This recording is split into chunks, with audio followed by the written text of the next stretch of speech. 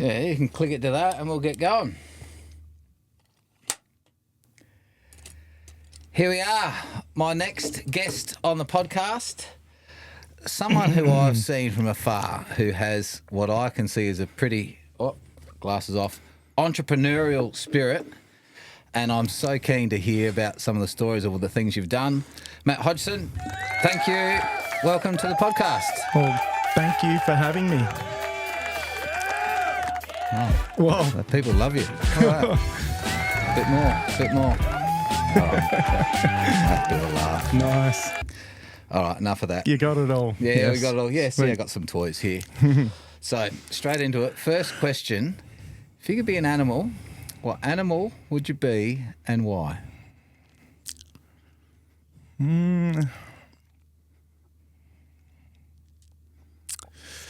Yeah, good one. I've never been asked that before. Take your time. Let's be Australian about it, and I'd probably say a kangaroo. Why? Well, other than roads, I can go anywhere in the bush I want to go and sort of do what I do on a bike, but I don't have to pay for bikes, maybe. I don't know. All right. And kangaroos survive off barely anything. They don't drink a lot. They just eat when they need, do what they do when they want to, and lay under a tree when you want to. Not saying I'm lazy, but that'd be cool if I could lay under a tree one day. I like it. I'm curious to ask the question and curious to see what different and people they say. move. They move. Yeah. They can jump high. Kangaroo from that. Brilliant. All right, we'll start this off.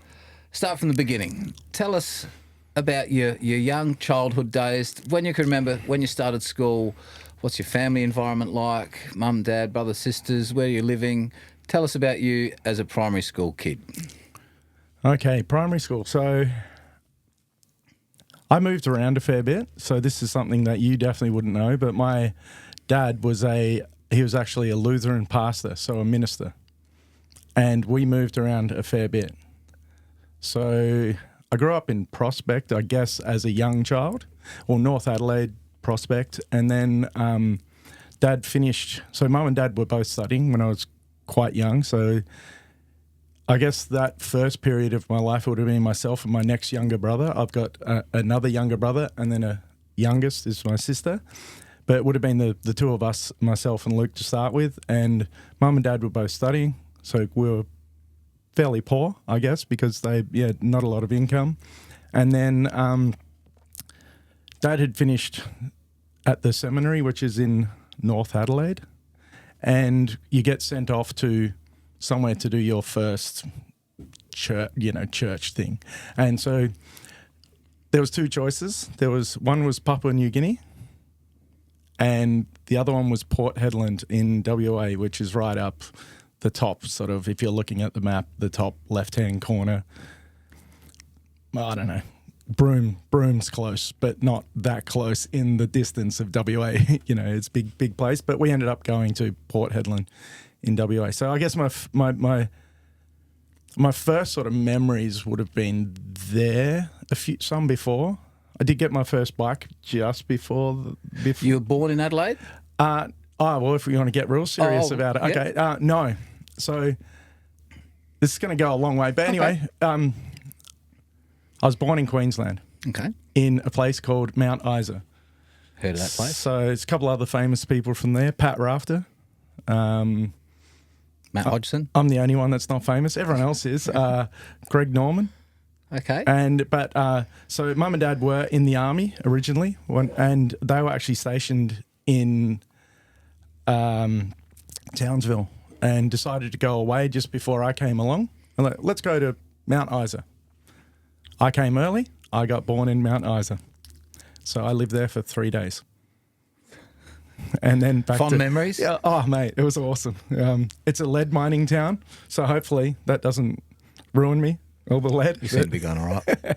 I've done all right, 50 years or so I'm doing all right. But yeah, so anyway, I was born in Queensland, but I only spent like a very short, probably not even the first year. And then from there, Dad went to Perth, where he's originally from. Mum's originally from SA. So once sort of Dad decided, he he had gone to the Vietnam War, and he came back and he said, I want to do good for people. Wasn't sure which way. He's either going to study to do something to do with medicine, like a nurse or something to help people. And then he ended up deciding, no, God is my guy. I'm going that way. And that's sort of, I guess, the first 15 years of my life. So you're at church most weekends, many times a week? Minimal, but as much that kept them feeding me and happy with me. So yes, I had to go to church every weekend. I grew up in a church family. Yeah, so but it wasn't crazy. Like people go, oh, your dad's a minister, it'd be over the top, but it wasn't. It would have been just like any other sort of. But my parents are very.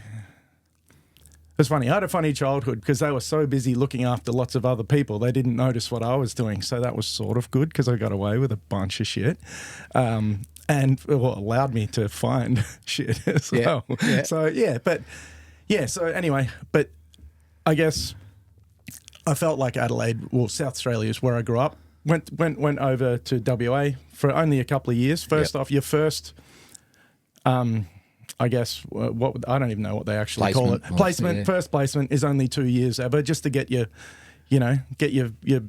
groove, and then they'll send you somewhere. And they generally minister stays like up to about 7 years, and they don't want them to be there too long because then if everything gets too friendly and too they get slack basically. So they used to the rules. Yeah, they move. They move them on. So we went from there, and then I lived in Melbourne from the age of. Probably 13. Long time ago, so I'm trying to reach back there. 13, so yeah, and like I moved from northern WA to suburban Melbourne. Everyone thought I was Aboriginal because, the coldest it gets in Port Hedland is like 25 degrees in the winter. So everyone's like, whoa, damn. And Didn't I was even like, own pants. Tanned ass. And so anyway, I got to Melbourne with all these pasty dudes and they're going, oh, are you Aboriginal? And I'm like, no, you should see how black the guys are up there. Like this. Yeah. So anyway, Melbourne, that's where I guess. So in where we lived in Port Hedland, we actually lived right on the edge of the town. My next door neighbour was about 4 or 5 years older than me, and he was a sort of all-round sort of hellman sort of dude, and he was awesome. So I had a pretty cool time up there because we were there was no rules. Like, I had to be home to eat. Yeah. Basically, which was cool. Which a lot of people, I guess, our generation and it's still were safe too. Yeah, it was. You get your own mischief, and that's it. Yeah, it definitely was. So up there, we built. That's where I built first jump, like jumping off curbs for that on a pushy, and then across the road we just had. It was like, that Spinifex grass. It was just red dirt with Spinifex grass. So we went over there and made a couple of tracks, dug a cubby where we dug a hole, put corrugated iron and put the dirt on top, had a cubby, had a jump and stuff. And I'm talking, 12 sort of thing. And we used to go, he had snakes, so we used to shoot, he used to have slingshots and stuff and shoot little lizards and feed his snakes. And it was a pretty cool place to live. That's a good way to grow up. Couple of cyclones, so that was pretty exciting. Yeah, they're all the big drains, they were just, sloped, dugout drains. They weren't concrete like Sturt drain or anything like that, but they had a huge amount of rolling red water with the red dirt, and we'd jump in it. Get tumbled along. And I probably could have died then, but didn't, so we're all good. Good. But yeah, they're little memories that I haven't thought about forever, so we're going deep back. But yeah, that was a really cool place, and then moved to Melbourne. Melbourne's where I sort of, I guess BMX sort of stuff started happening. But that's where you found that. Yeah, but I've always skateboarded as well, so I don't know if you know this, but I skate more now than I don't really ride BMX now. Occasionally, Ryan Lloyd, Jamie Moore, we might get out, but they do more. I'd skate more. It's easier for me skating. Yeah, just, I don't know, works easier. And it's easier to, I can still progress doing it, which is funny. Yeah, still challenge yourself. Yeah, where with BMX, I'm sort of like, I don't know where to go from here. Going from here, you're going to get hurt. Painful. You're going to get hurt, yeah. So, yeah, do a lot of skating as well. But, yeah, I guess, I grew up in a fairly middle-class suburb, I guess, my teenage years in Melbourne. And, there's heaps of skaters, heaps of BMXers. It was sort of like a Californian movie, other than it rained a lot more. So school wasn't your focus necessarily, even at that age? Oh, did I go to school? No. Not What really. was school? What was school about for you? What do you remember about school? Well, I liked all the hands-on sort of stuff. So like, woodworking and we did, like the school I went to was a technical school. So we had engineering. And my engineering teacher thought I was unreal because I guess I had bike parts and things that I liked. So I'm just trying to make things that cost a lot for free at school, and like other kids were making cones and stuff like that, and I'm trying to make pegs and better pegs. And the pegs were pretty bad back in those days. They'd screw onto your axle. Yes. You do a whatever, and it bends your axle, and then it leads to all sorts of ongoing problems. Wrong material, too. Yeah, grippy. so I was just trying to make pegs that worked better, and like my engineer teacher went, "Oh, you've got a future in this," and I'm like, I don't really care about the peg. I care about what it does. Yeah.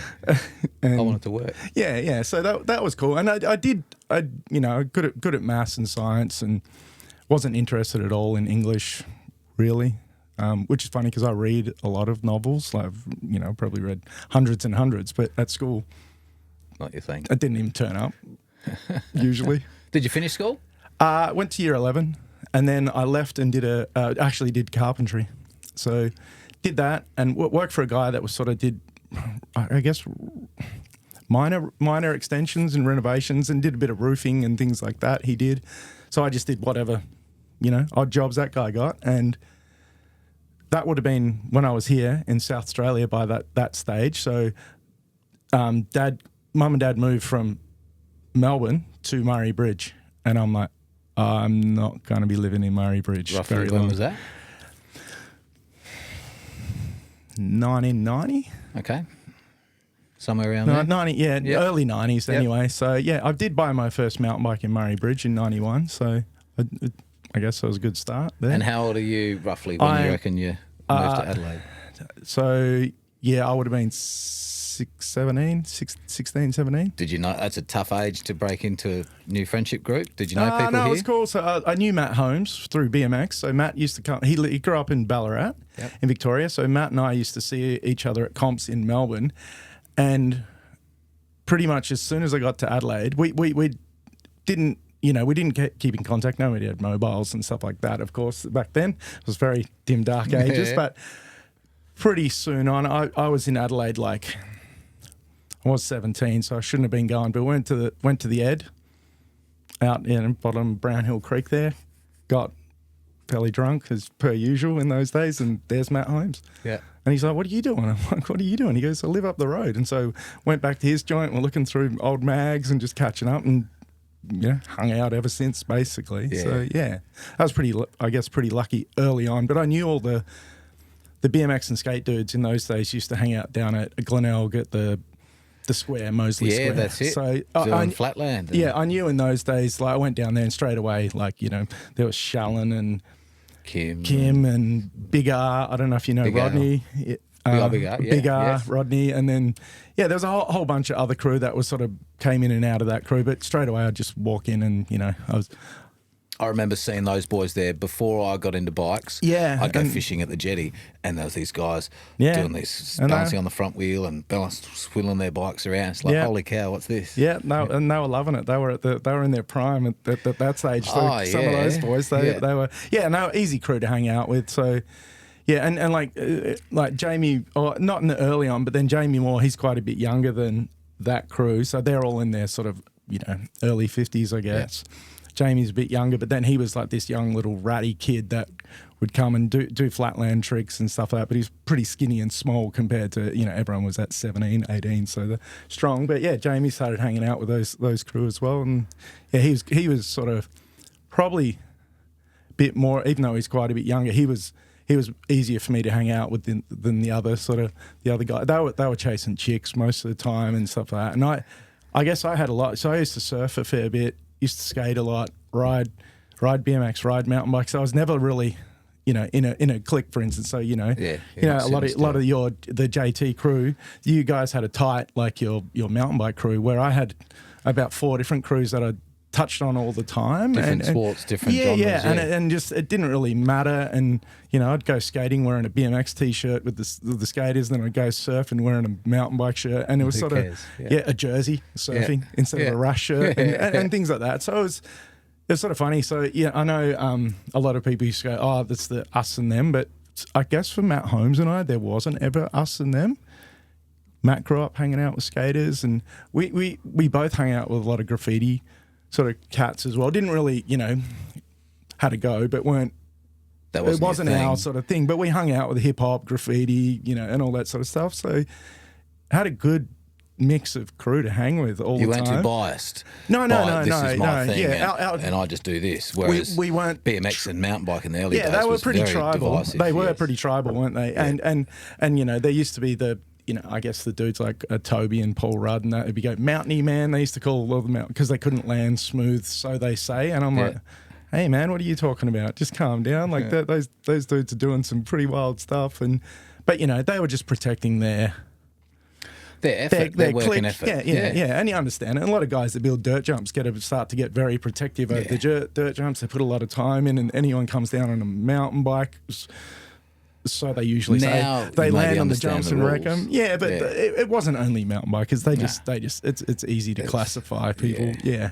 But anyway, not that they're bad people. I know those boys are all cool, and they were what they were, and had a lot of fun as well. They did. A lot of passion. You got to have a lot of passion for your thing, Yeah. But sometimes it's good to share it around and see everyone's likes their thing. Yeah, and I've always been like as well. Like it's weird because it sounds like I'm the most active person in the world, but I did all this stuff a bit, and so I used to go like bushwalking and climbing and just exploring and just random stuff like that as well. Lifestyle. Just getting out there and just I suppose I have ADHD. That's what some people could call an entrepreneurial sort of thing. I don't know, but yeah, I'm. Your brain's constantly firing. Sort of restless, but not. But I just, I don't really think about the past a lot either. So that's why even coming here to see you, I'm going, I've seen a few things. We're talking about, it is people from the old days. And I'm like, I don't really think about the past. I'm very, what are we doing now? And let's go. And then I'm thinking, what's next? Because we're doing this. That's what you look forward to. I want to have more buzz. Yeah. So and that has. We're going to get to all the different things you've done. Yeah, but you've done a lot of different things. Yeah, but we'll jump back to. We'll keep you young again. All right, we'll go back to young. You've just moved to maybe Adelaide from Melbourne. Talk us about your brother and tell us about your family, brother and sister a little bit. All right. So I've got a younger brother, Luke, who's now like. Well, Luke's like he's not that young. He's like none of us are. Nah, he's 47 or something. Oh, he's young. Yeah, yes, he's pretty. But so Luke skated a fair bit when we were young, and he used to sort of, be the little bro on the fringe and stuff like that. But then he sort of went off on his own way, and he sort of went down the drug path basically. So I don't really want to talk much about but look, it's an honest thing. It's if you share what you're willing to, but it's honest. It's honest as the truth as well. Yeah. So or he early on he would have been smoking weed. Not that no, I can't say I haven't done anything either. And we had a lot of fun back in the day. Yep. But he tended to gravitate towards that stuff. And that group of people. Really, really strongly and really quickly. And he sort of just got to where he was, I guess, had this sort of mentality of it's always someone else's fault. Oh, this and these guys. And so I just did it because, and then I was going, yeah, but you're still doing, and he's done some pretty dumbass shit and been arrested and jail, all sorts of stuff. Like, he's never done anything that I would say, he's a bad person or a criminal, but he just does, as a brother, man. I'm like, dude, and like I'll give you this is a little insight into the way his brain works, which is, it is the way he thinks. So he got busted driving without a license with an unregistered car. Yep. Camera. Keep going. Unregistered car, and so. He's going to me, he goes, oh, it's bullshit. Why do I have to pay to register my car? I paid for it and this and that. And like, I know how to drive a car. I don't need a license. And I'm like, okay, if that's the way you think, maybe you should just pay them to leave you alone. That's how you should think. You're just paying them to leave you alone. And he's just like, fuck that. I'm like, okay, well, I can't, because I was just trying to go, how could you relate it to someone that doesn't give a shit about that sort of stuff? So he's a real fringe dweller, and society's not his game, and Just hooked up on that mental attitude. and he's still he's 47. He's not in jail, but he's not going well. And he, have a couple of years where you go, oh, there he is. He's back. Is he in Adelaide? He's in the Adelaide Hills. Okay. Yeah. And you see him often? No, not for a while. He's sort of financially done the dirty on myself and my other brother, the younger one again, Ben. So yeah, but anyway, he is what he is, and it's not I just don't want to talk about it. I love the guy. I don't want to go and, hey, man, my brother sucks, because he doesn't. No. But I'm sure you love him. He's hard. He's hard to deal with, dude. He's very but then from times you go, oh, that's that dude. He's the guy that he used to be, but then he's easily, flick of a switch, and he's triggered, and he's his coping mechanism is. There's a lot of people out there like that. Yeah. He's not a lion. 100%. I know. And the rest of your family. Okay, right. What about the rest of them? So younger brother again, Ben. He's a plumber.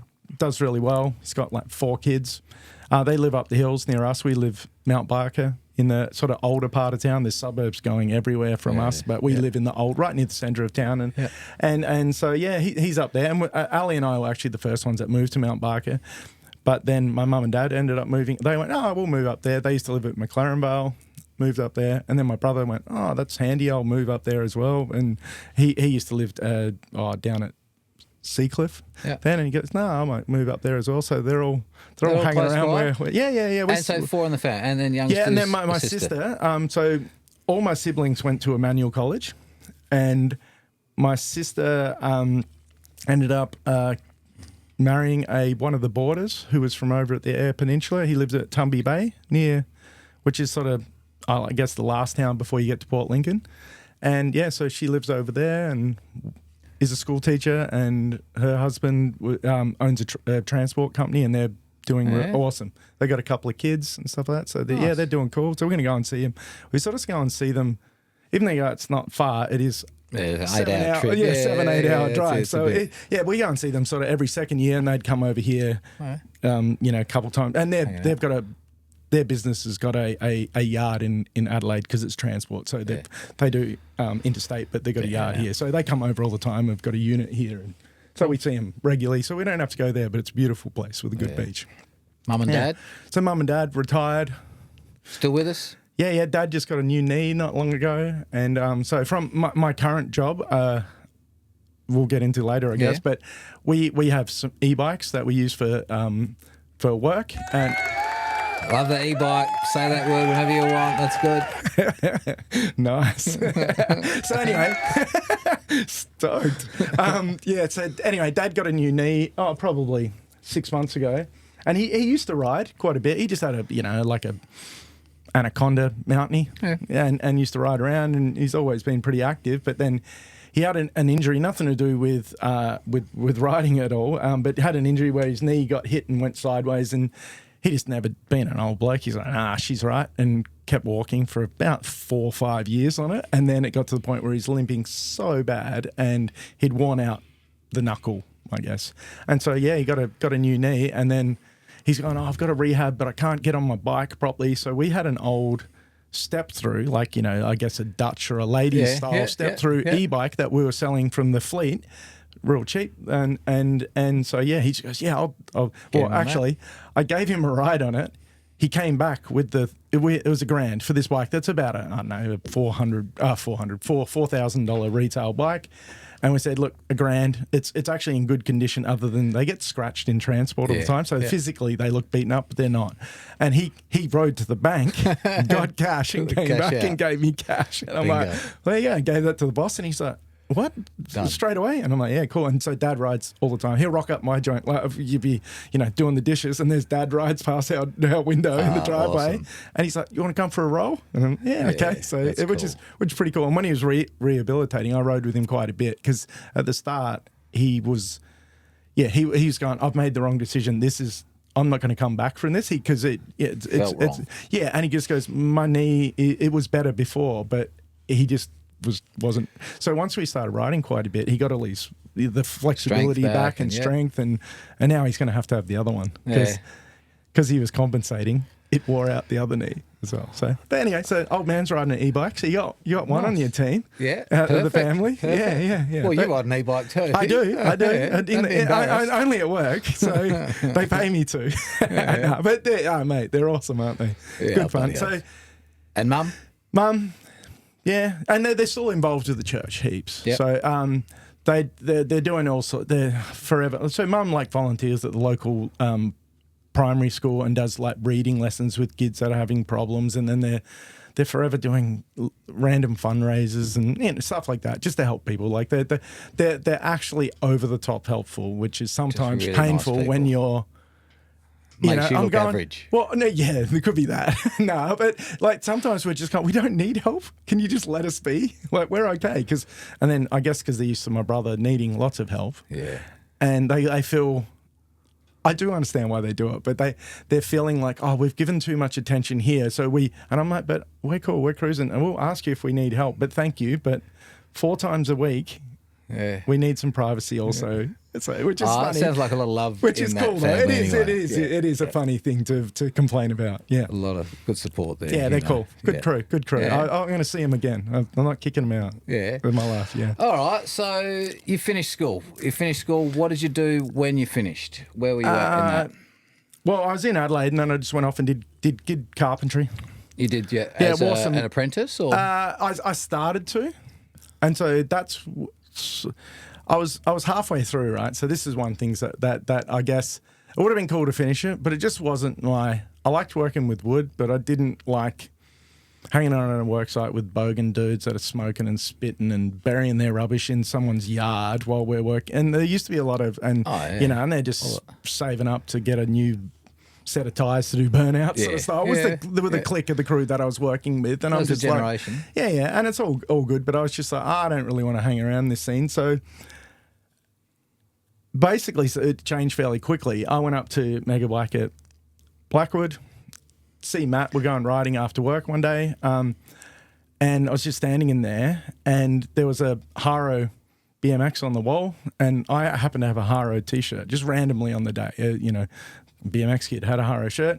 Guy came in, he's talking to me about this Haro, and he goes, "Yeah, I'll take it." And I'm like, "Oh, I don't work here, man." And Claude saw it, and he goes, "Oh, you want a job?"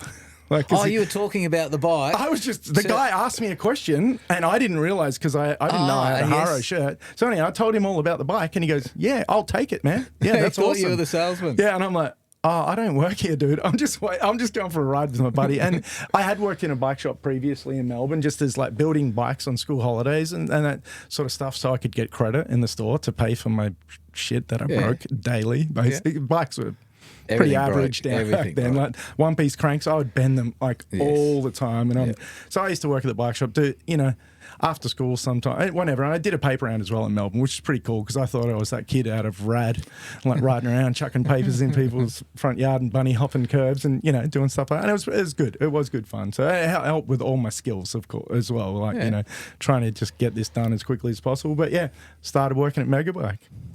And that was with Claude up at the shop by the roundabout there. Is that where it was? No, that was the one before that. So it was further down the road, further down towards Cycle Rider. It was on the corner. It's across from where Audi is right now. It's the opposite corner. I think it's a chemist or something now. Like that, So and like Dean used to work down the road, Cycle Rider in those days. Anyway, went in.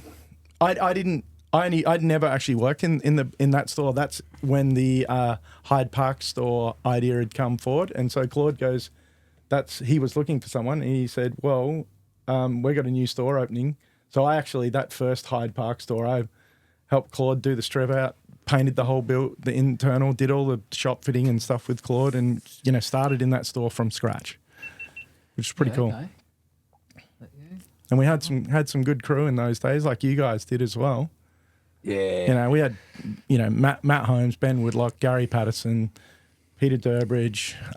There's a few other crew, but they were the sort of the tight. And then young Lindsay Collar, young Lindsay came in. So we're talking, that's like 93, 94, 95? Yeah, mid 90s. Yeah, I'm not good on the dates in that sort of stuff, but yeah, we're definitely in that decade. So yeah, and that was pretty cool. So Megabike in Hyde Park was a bit of a strange one where King William Road? Yeah.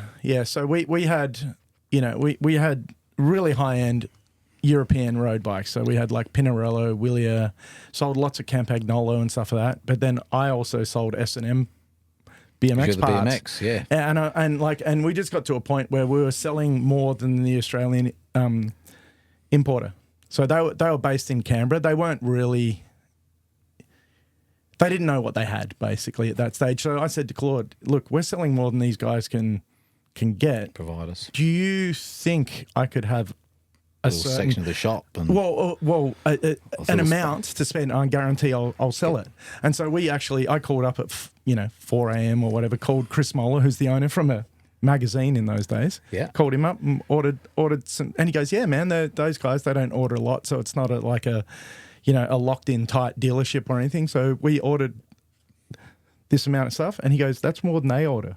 And I'm like, "Oh, okay, cool." And he goes, "Oh, so who do you sell to?" And I'm like, "Customers, The kids. retail." And he's like, "Oh, I thought you were a wholesaler." And he goes, "Yeah, cool."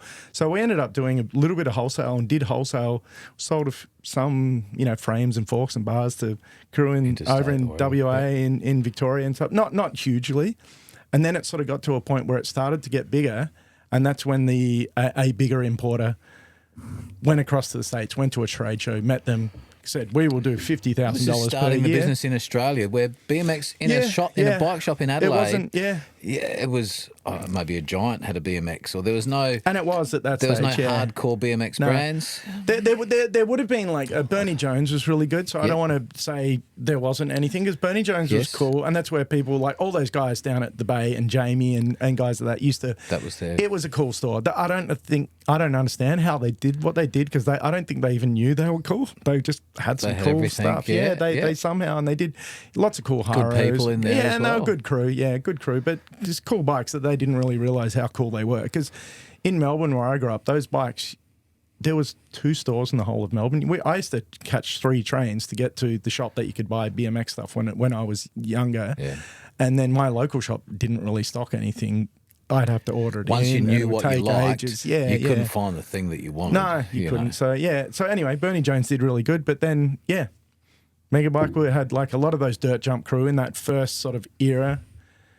The Paul Rudds, the Toby, and all their sort of scene, which, were, I guess, they had a lot of spots they moved around, because you get kicked out of their, everything was illegal. Yeah, and you get sent dig. on your way, so they just move somewhere else and start the same thing all over again. So there's that crew, and then there was all the guys that like Kim and Mick, all those Other sort of boys, side of town. they all started shopping. So Russell Tranter, Dwayne, all those dudes started coming in the shop as well, because we just had cooler stuff. So they're coming from north and south. Yeah, they were coming. All out and coming to us, and then it.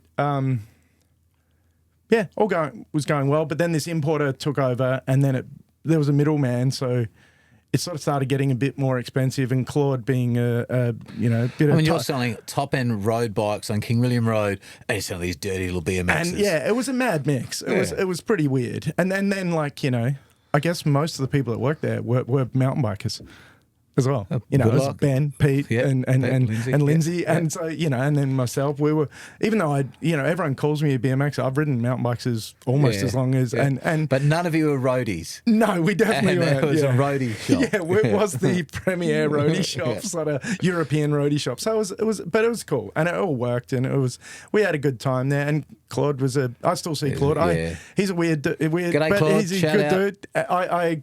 Not long ago, about a year ago, Claude called me up and he goes, "Oh, Matt, I need some help. We're re-jip rocking my kitchen ceiling," and a guy pulled out, and so I went and helped him jip rock his whole ceiling and stuff. And so I do. And every time Matt Holmes comes back to Adelaide, we'll go and meet Claude and have have a catch up with him, which is cool. And Claude taught, and even Lindsay, and Claude always had a bit of friction going on, and even Lindsay now, who I ride with quite a bit. I know Lindsay through trials. Yeah, you do. And so Lindsay's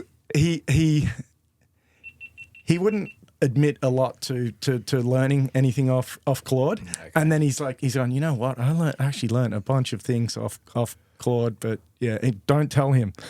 So Claude, if you're watching this, Lindsay, he did not learn a thing off you. But Suck it up, Lindsay. Yeah, Come on. yeah, Give yeah. him some love.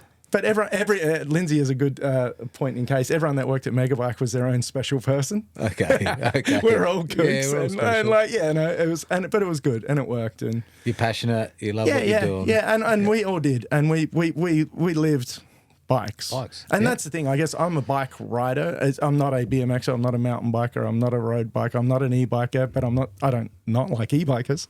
I'm just a rider. And all the guys I speak to, we're just bike riders. Yeah, and luckily today I got to ride twice already today. So be a bit dark after we're going to get to that. So Megabike, and what did you do? So you're a mechanic in Megabike. You're working mechanic, full time, and you're riding, competing. What bike are you riding? No, not really. You're a BMXer at that stage. Is that both? So I had in those days I would have had a. Trying to think, I had a Balance Julie. Like Matt Holmes had one the same.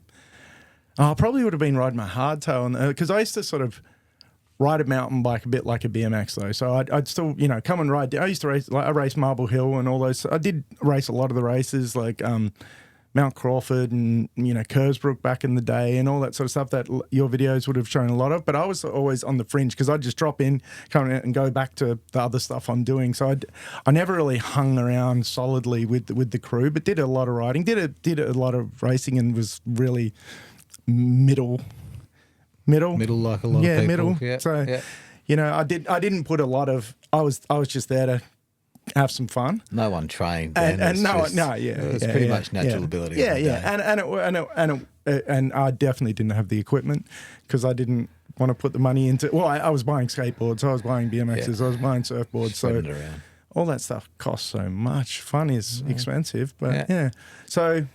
Yeah, I did travel a bit, but it wasn't really to go to, big comps or anything. It was just to travel and ride with crew. Yeah. Yeah, so I went to Melbourne lots of times to visit people, Sydney and stuff, and then, went riding all over sort of, but not really. I did go in comps, but they're not, there's no notable stories that you go, wow, that's fantastic. You were awesome. It was just a lot of good fun and just being, people that ride, as you know, are usually pretty chill and easy to get along with. And I've found that everywhere. And are universal, almost globally. Like, you've got a couch to sleep on anywhere if you skate or ride BMX or mountain bikes. Like, it is a pretty good open community, really. Yeah, so we're lucky. We are lucky. I met some awesome people. Like, imagine if I started listing the names.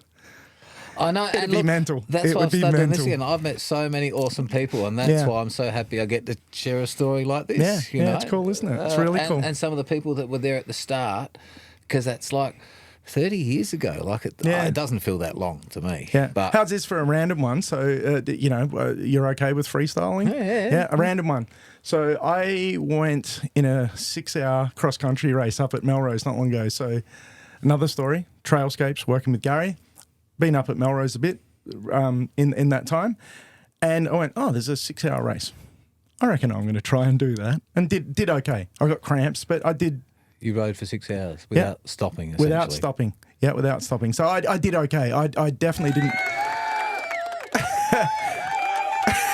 Man, you crew are too nice.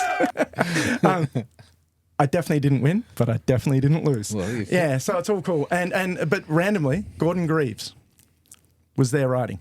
So Gordo, he gave me a lift once in that yellow ute of his. Yes. Up to Marble Hill to a race. So Matt Holmes and I were in the back of that ute with Gordo and that car was, oh my goodness. And so randomly, not long ago at a cross-country race, there's Gordon and he and his son were racing. He used to live around the corner from me. Yeah. Shout out, Gordo. Yeah, Gordo, what a dude. Thank you for the sticker you gave me. He made these custom stickers and gave me one. I'm like, and he's got it on my bike right now. Still cool. Yeah, one of my bikes. I've got a couple. Nice. Yeah. Few. As you would. Yeah. But met some awesome people and bike riding. Thank you. Bike riding. It's all of your life. It seems like it. Because it still is. So we're in Megabike in roughly what? Give us early 2000s now? Yeah, so... Not even? No, it would have been about 2000 I left Megabike. So I'll just have a sip here. Yes, go for it. You have your fluid, I have mine. My lovely wife that somehow still puts up with me after 30 years, basically. That's pretty good. We decided we got married in 2000, but we'd been together for a fair bit before that. We decided to go on a trip around Australia. So we were going, okay. We had a small camper trailer sort of thing that we bought pretty cheap, and had a Subaru all-wheel drive. And we went, all right, what are we going to do? Let's just go anti-clockwise. And that was our plan for going around Australia. So we went to the Grampians first, and then went down to the Great Ocean Road, and then went through Melbourne, visited all old friends and crew, from my early sort of teens and stuff, and then just headed north and didn't really. Went and stayed with Matt Holmes in Sydney, which was awesome. Awesome to see Matt in his element, because he's a pretty. That was when he was living in Melbourne there? No, he was in Sydney at this stage already. So Melbourne, I used to go and visit him quite a bit, but he was living in Sydney, and he actually was living with a pro skater by the name of Morgan Campbell. So Morgan was he worked on a skate magazine, and he was a pro skater for Globe Shoes, and it was a French board brand, like I think it was Blueprint, maybe they were called. I can't remember at the stage, but went and cool house. It was like Matt, the graphic designer, with all his cool motorbikes and bike stuff, and then there's Morgan with all his skate stuff, and he was a DJ, so they had all records, and they'd be spinning records, and it was a pretty wild place to stay. They lived like really close to the city at a place called Glebe, and it was a weird old converted sort of semi-warehouse thing that had these strange multiple levels, and it was, you just go, oh, this is so Matt Holmes sort of vibe, like totally, and hung out with him for a little while, and then just headed north, worked a bit in Queensland. It was a random job there. I worked in a bike shop in the daytime, so we both had two jobs to just try and get as much cash as possible. So because you took a year off, or a whole year, and we basically were I guess I treated it like every night was Friday night, pretty much the whole time. So we had to get. Did you have money saved up? Oh, we did. We did, and we weren't, other than partying, just enough. We just ate noodles, but not just made them gourmet. We put some veggies in with the 2 minute noodles stuff. But that sort of they did back in the day. But there was always, you grab a 6-pack every arvo at 4 o'clock sort of style, because we didn't have a fridge big enough for a carton anyway. So. And that sort of thing. So when we got to Brisbane, we both worked 2 jobs, saved up a bunch of money. We worked. Ali's relations lived there. They let us live in. They had like a granny flat, I guess, and we just lived in the granny flat, and it was cool. We saved up, worked flat out. I worked in a bike shop that's down in the valley. So the valley's where all the like prostitutes and nightclubs, and this weird bike shop, because it right at the end of the street, prostitutes, nightclubs, craziness, and then there's this really nice suburb on the river, which is cool cafes and a cool bike shop and all this stuff, and it was a pretty cool place to work in the daytime. And then I'd ride there, work there, ride from there to a place where I'd work at a bar at night, and then on the weekend they'd do big functions like weddings and stuff. And I saw some crazy stuff go on at these weddings. It was cool. Like too many funny things to. But it was pretty cool. We only worked there for a little while, saved up like $5,000 in a month. Yeah. And then went, let's go north. Keep rolling. Did it all, and went across the top end through Northern Territory, saw all sorts of crazy stuff. I learnt to play a didgeridoo on the way, just because I went, what do you do? And Ali bought me a didgeridoo, and I'm not in practice, but I can sort of. I can if I took a week or so, and just it's a state you have to be in. You've just got to be relaxed and let it go and let it be, and just if you try and think too much, it doesn't work. Okay. So but I could. It could be a challenge. Next time I come visit. Bring the ditch. Yeah, but anyway, so we got that and did that, and then we got to a point where Ali had been working, and she's a physical education and outdoor ed teacher. She's gone, if we've been off for a whole year, we might need to get a job in Perth. And for a teacher, you can only get a year contract. You can't. You could, I guess, in those days there wasn't so much of a relief teacher. They were in house. So looked in the newspaper when we're up in Broome. She found this really cool job, exactly what she'd want. Called them. They went, come down for an interview. So the last part of our trip went really quick, over a week, where it took us nearly a whole year to get all that, say 2/3 of the way around Australia, or close to 3/4, and then it's like all the way down. And as this is the random bit about me, because I guess the interview's not about her, but we go into Perth, and I'd lost a part off my bike, off my mountain bike, and so I just go, oh, there's a bike shop, man. We'll just pull in and I'll just get it was a skewer, had rattled loose out of my hub. And so I go into this bike shop, and I'm in there, and I said, oh, yeah, I need a skewer for this XT hub, blah, blah, blah. And the guy goes, oh, yeah, cool. And he showed me this one. I'm like, no, that won't fit. And he goes, yeah, it will. And I'm like, no, it won't. And he's like, how do you know? And I'm like, well, I'm a bike mechanic. And he's like, oh, we'll get our mechanic. And he was sort of like a bit rude.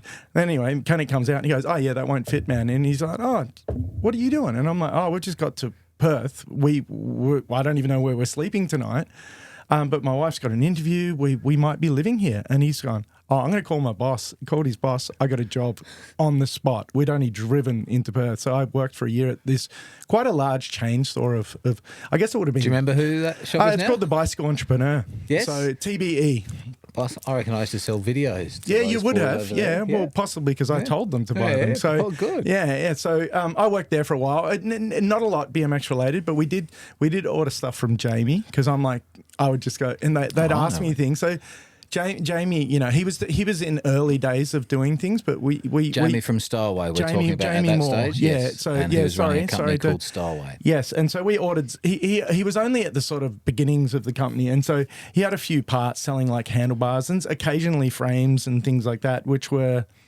A lot of them were either from the UK, where he lived for a while, or from the States, from people that he'd met in the time, that were all in sort of grassroots stage of starting their own rider-owned companies. And so sold a bit of their stuff. And I remember your videos there and stuff like that.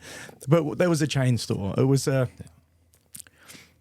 not as bad as 99 Bike style, but it was sort of like in between JT's when they had their multiple stores and a 99 Bike. Yeah. So, and it was cool. Still forward thinking for the time. Yeah, but it was easy, good place to work, good crew. Everyone was like, a lot of people were like triathletes and like super fit, like, but all young, cool crew. And I was just like, oh, cool. And everyone's like, oh, Matt, hey, like it was like I'd been there for years. These are the days when the bike shop would have family bikes, we had bikes, everything, BMX, man. A bit of road, a bit of whatever, enough to keep everyone happy. Kids bikes, exactly. And then they had multiple stores, and they go, oh, if you're right into road bikes, because we had one in a richer area, and that's the store that had higher end road bikes. We go, oh no, other store, there's an expert there. You should go and talk to him because he's switched on, and just handball him there. Yeah. He would sometimes go, oh, I'm not interested. In, you should go get your kid a bike at the other store. Yeah. And it was cool. So we all.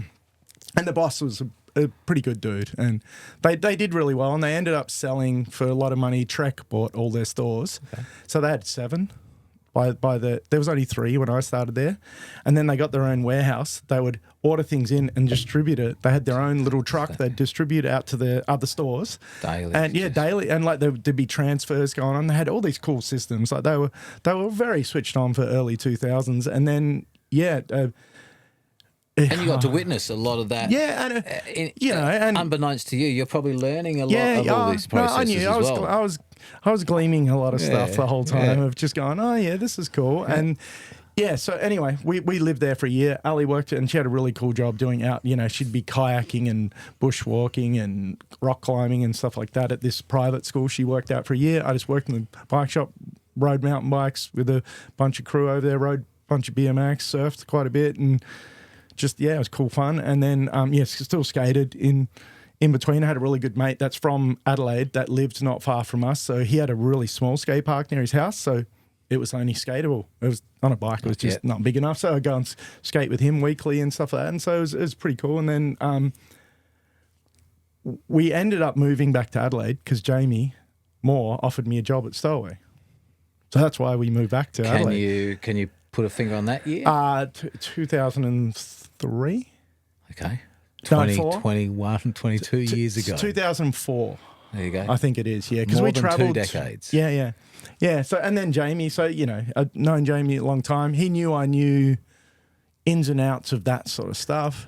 And yeah, came back and worked with Jay's, and that's just when he went from being a bedroom warehouse. Well, his older brother moved out. That was the warehouse at his folks' place, their shed, and it started to get to just before that happened. That's when he'd got his first smallish warehouse, and that's when I came along and it was just I was You and him, just the two. of you, just or? the two of us Yep. and that was like 2 years. So a lot happened in that time, and it progressed quite quickly. And at that because stage, you two are wholesaling to the bike shops around Adelaide and Australia. Yeah, nationally. So ended up doing a bit of things where I would go out and repping, so we'd take turns. And there was favoured sort of people that you gelled with quite well. So Jamie would go and do this spot because that crew he clicked really well with, where these crew over here You had a I relationship. went better with. So, and we'd just do this random sort of stuff and sold a bunch of stuff, and it got real busy and real crazy. And this is the first BMX only importer, maybe in this. BMX International would have been around as well, but they're from a racing point. We started off a freestyle sort of street, So it's like dirt, street. street, and even like the fashion The that clothing goes with starting to come it, through. sort of thing, stuff like that. Where I guess BMX International started from like a racing. They were like Redline, but now they're probably one of the biggest. Other than Clint and what Clint has created there's in Colony his and everything. Colony, they do a lot of the big brands from the States and stuff like that. Now BMX International, but in those days they were more BMX race. But yeah, we were definitely the grassroots rider owned. Like, so any of the companies, like, so we did FBM, Terrible One, S&M, Federal. There's a bunch of other smaller brands. but they all tended to be rider owned and from a very passionate point of view. And this is the forefront of rider owned brands, stepping away from a couple of the bigger brands. Most definitely, that was the back of things like Huffy and Mosh, which was giant, and those sort of. And I guess Haro went fairly well through a lot of that, but then started to peter off. But these were the ones where there was a certain point where, if you were riding, there's no way you would want a bike made from a. They didn't last anyway. Like they didn't really realize what people put them through. Where these other guys lived it, so they understood this needs gussets here because we crash 100 times today. No tooth. I need to gusset, and that sort of, and which was good for R&D was all in house with all the brands, and it almost got to a point where stuff was over engineered though. It started getting over the top and too heavy, and you just couldn't ride. And you know that phase as well. I remember riding with you in city dirt and stuff with some pretty crazy bikes that were so heavy and over the top. But and it came swaying back again. But then, after it was about 3 years with Jamie, and then I was going away more and more and more, and things just changed, and it was like I'm not feeling it. My restlessness came on, and no bad parting. Jamie and I, we talk all the time, and it was all I just said I'd just not working. So I actually went back and worked with Claude for a while. So parting with Claude was I basically cried when I quit. I'm like, I'm so sorry, dude. And he was just and he just went, no, you got to do what you got to do. And I'm like, oh, thank goodness, because I felt bad leaving because I had instigated a lot of things, and then I'm like, I'm gonna go. And it was weird. I was still just a mechanic. But not really. But I was. I had my own. I was buying things from overseas. Everyone came to see you. And it was a pretty weird position to be in. And then so anyway, went back working with Claude, and then we decided to move up to the hills because Ali got a job in Mount Barker at Cornerstone College, where your nephews went. Taught both of those guys, and I know both of them pretty well. And so she was teaching up there, and she was commuting. We were living in we would have been living in sort of Goodwood area at that stage, or Forestville, right near off Leader Street behind the showgrounds there. And she was just commuting every day, and just got to the point where I'm just going, oh man, she's travelling so much, and teaching's pretty, lots of after hours marking and all that sort of stuff. And I just went, I'm going to go and ask the bike shop up there for a job. Went into the bike shop, and they said, yeah, cool. Mount Barker Cycles in the main street it was, Adelaide Hills Cycles, it was called. And so, and it was quite good because he was just a guy that bought a business. He wasn't a cyclist. He was trying to become a cyclist to make it more genuine. And he lovely guy. He's all cool, but he didn't come from cycling, and he was either going to buy the sports power shop there or the bike shop, and the bike shop was easier financially to access because sports power is a chain sort of, and it had a lot more. So he just went, all right, go bike shop, and it was quite cool because I sort of was there. He'd only had it for a very short amount of time, and it was just ma and pa regular shop, you know. Just the smallest shop. The most expensive mountain bike would be like $2,000 maybe. Yeah. And then, I got up there and it was cool. There's a lot of people I knew from the hills as well. And they had one of the best skate parks at the time. Yeah, at the time. Which Daryl designed, a local skater. I still know Daryl. He's a really good dude. He works for a skate park construction business now all over Australia. And it's cool. He's pushing things in the right direction as well. It's hard with that sort of stuff because councils, we want it to look cool and be safe, and we don't really care if it rides okay. Yeah. And you're like, no, well, we're the opposite. We don't care how it looks. Exactly. And so, poor Daryl has to deal with that. But he designed that park, and so it gave us. So again, I took the BMX sort of stuff there, even though BMX wasn't totally what I did. Just happened to be. No one else was cool that knew that, not cool at it, but like knew that stuff. So we started selling We the Peoples and whatever, general BMXs, a bit of Jamie's stuff, but it was a bit too high end for just suburban store is what that was. At that age, Yeah. And so a bit of his stuff. And then we actually did start selling a bit of Specialized. And then, I sold a couple of, S-Works bikes and stuff like that.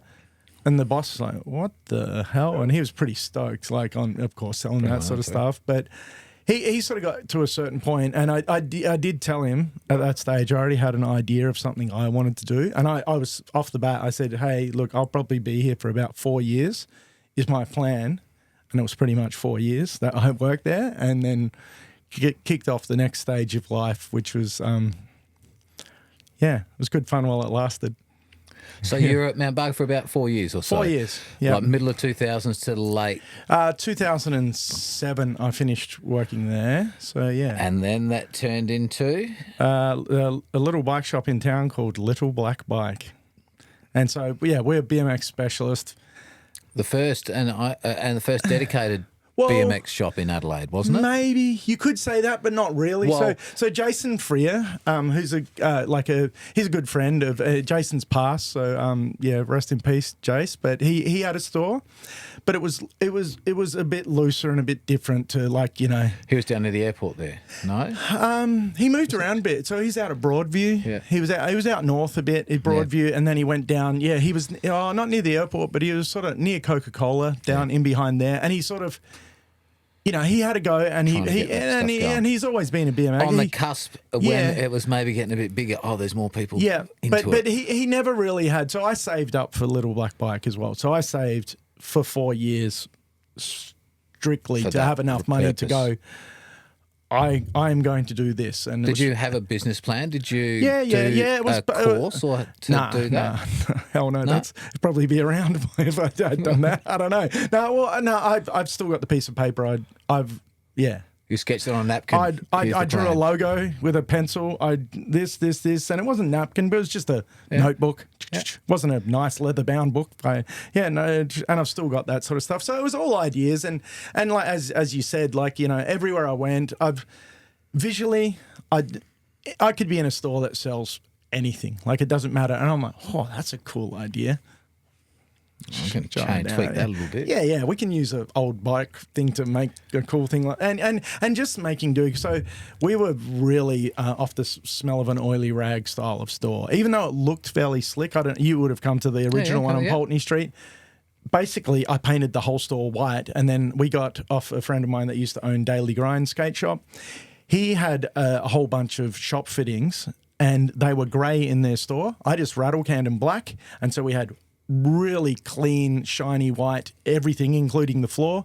Put all these black racks up and had these secondhand cabinets that I just got new glass tops, and they look good enough. Filled them full of cool anodized stuff, and we were real light stock, but it was very specific to what our crew liked. Basically. And if you're a dedicated BMXer, like Claude would have stuff, JT's had There's yeah. a couple of shops that would sell some BMX, and you'd have some people like me that had half an idea, but not much of an idea. And it's if you're a dedicated BMXer, you're going to go to Little Yeah, Black Bike. and I guess I was sort of. I started off. I said the store's going to be in the city, like it has to be in the CBD. So the first store was down on Pulteney Street, like within 500 meters of city dirt, and which was good, but it was too much rent and it was too small, and the landlords were not. There were in a row of restaurants, so there was actually a Vietnamese restaurant, us, an Indian restaurant, and then an Italian cafe thing. And our landlord was pretty mean to all of us. And he put our rent up. And I just went, all right, I'm moving out. And he laughed at me. And because I said, well, No, I am. And so he came back for me to sign the lease. And I'd already taken everything out of the store and we'd found a new premises. And he's like, oh, I thought you were joking. You should have negotiated. And I'm like, and I said, well, you said you weren't going to negotiate when you talked to me. So and that's, sometimes things like that, you go, oh, Matt's a little bit rash, but it's all good. I moved closer to the city park once it had its second stage there. And so it was a good spot. We had a big car park, so lots of people would come from out of town, south, north, park at our car park and then go and, buy bars, buy grips, do whatever. We've set it all up and then they go and we'd go and have a sesh with them at City Park. So it was ideal. It was actually ideal. And then I guess the major demise, and we had unreal. At one point, we were flying. In 2020 magazine, our ads were nothing like. I don't know if you've ever seen any of our ads. So our ads were hand drawn illustrations, white page with a rider and Little Black Bike. Everyone else was photos of, Ours was very different. You turn to our page and you go, whoa, it's white. And it was very different. So I had a real distinct idea of the way I wanted to do things. So it was very different. Our own flavour. There's Backbone in Canberra that are awesome. They're sort of more heavy metal sort of vibe, and they're a tougher sort of crew. And who's doing those designs for you as well? That was one of your riders, wasn't it? No, it's a good mate of mine. So I had coffee with him a couple of days ago. He rides mountain bike. He's got a Santa Cruz, what has he got? A Nomad, and he rides mountain bikes all the time. So it wasn't one of our riders, but he was a very good mate that I've hung out with and he's awesome. He now does he works on all sorts of crazy stuff. He's doing posters for the Shahins up at the Bend at the moment where they have events. He hand draws all these beautiful cars and makes these posters for their events. That's one of his many jobs. He's got lots of different, and he's just doing cool illustrations. And then, Greg, his name's Greg Turra, by the way, if you want to go and check it. G-Tuz on Instagram, if you want to do some advertising. He's a good mate. I still see him and ride with him a lot. And he was a skateboarder growing up, so he had a lot of influence from skateboard graphics, which are they're sick compared to BMX and mountain bike graphics. They were all the boards were cool. Yeah, and it was pretty free and for artists. You got space to put. Yeah. You got a good canvas. Perfect. The bike's a hard canvas. Yeah, it is perfect, isn't it? So, but we did a lot of ads with him, and then early on. I guess the idea, Jace was doing a BMX shop, so I don't want to say we're the first BMX shop, but Jace was he didn't have much money and he was always just scrambling to get what he could get. I came in, had very strong connections with people like Mike Daly, Jamie, and a lot of people in the industry, and that were all my mates anyway. You were from within. Yeah. I hung with these crew. Yep. And so it was all a lot easier for me, but that was a lifetime to get there. Yeah. Also. So, and then we straight away, put on a bunch of good people as our riders, of course. I probably was more rider orientated than shop orientated, and more about us going riding. And we happen to go, hopefully we sell a bunch of shit today because we need it to go and do stuff. Yeah. We want to do stuff. Yeah. So, so we had people like, say, Mike Moore, who you may know. Yes, so Mikey, so still very good friends with him. He lives in Sydney now. So Mikey was one of our first riders. He used to shop at Megabike for years, and he was like the little shop rat that would give all the old, fix and spokes for it. Yeah, he's awesome, man. Still smooth as incredible. So there was him, and then early on, I guess there was a few. Well, Jack Carg. I don't know if you ever got to meet Jack, because Jack worked for me. So he was a lad from Bordertown. Okay. And I used to do a bit of coaching for the AIS for BMX freestyle back in the day, and did this coaching. I happened to meet Jack when I went to Bordertown, and then I'm going, this lad's awesome, and he's got a country dad that's got a pretty strong work ethic and instilled it in Jack. And so when I opened the store, I got Jack to come work for me. So I had an employee from day one, and Jack was with us for probably 4 years, and he was great. And also had a bunch of other people. Like I'm thankful for everybody that was being involved, but it had a lot of riders and a lot of good people work for me, so I was very lucky. How's it going? It's getting there. Do you need a wee break or a break? Or No, I'm okay. I'm okay on that side. Yeah, if you do, you can, and I'll talk about you behind your back. That card said it was going flat, so now I've put it on.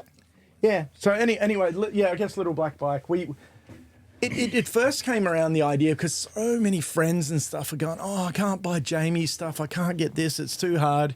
You go to a regular shop, they wouldn't order it unless you held their hand and walked them the phone. A lot of them just couldn't be interested. They're going, oh, look at this snotty little kid.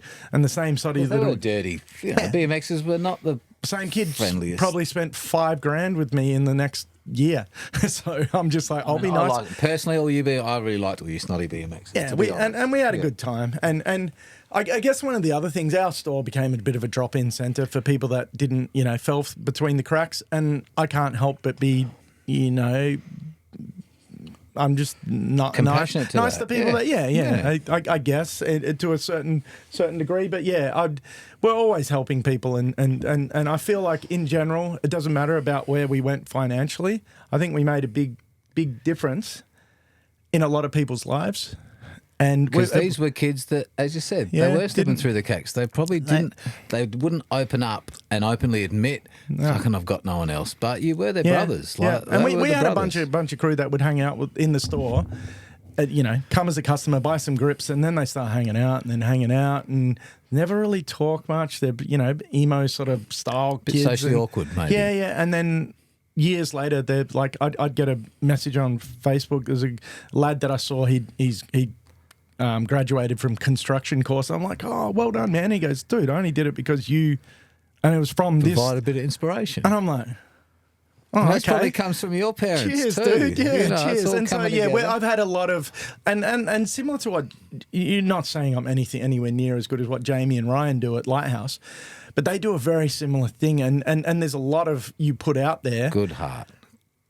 And every once in a while you go, oh, I did make quite a bit of difference, but didn't realize at the time either. But we're just doing, like, I'd do to you, like, I would do exactly for you what I'd do for anyone else, because I would hope someone would do it for me if I needed it. And that's how I roll, I guess. And even I had friends going, oh, that's a bad business decision, and things didn't go super sour either, but it doesn't exist anymore, and times changed. I think what our store had its time frame, and we had a bunch of fun in the time frame.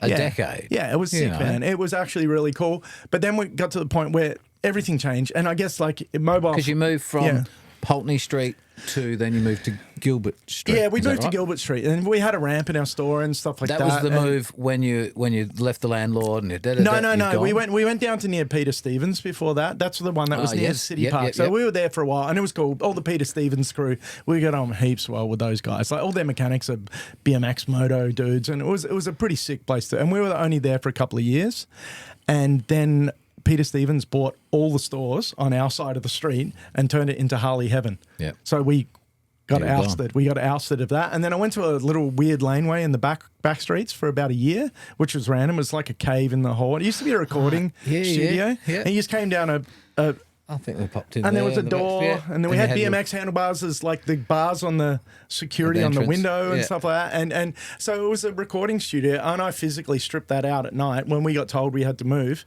So I'd work all day, and then I worked I slept there for weeks. So I don't know how the hell Ali put up with you. Well done, Ali. Yeah, she's awesome. And I've done some dumb shit, but it's all come good.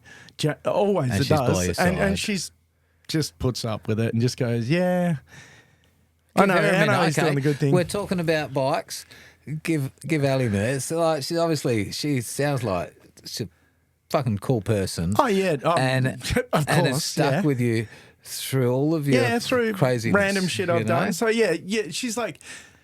Yeah, she's just solid, and I'm flighty as hell, and just I'm like a puppy, and I'll chase a ball and get hit by a car basically, and that's me, and she's she plans well, everything's well thought out, and I just sort of like go, oh, what are we doing today, man?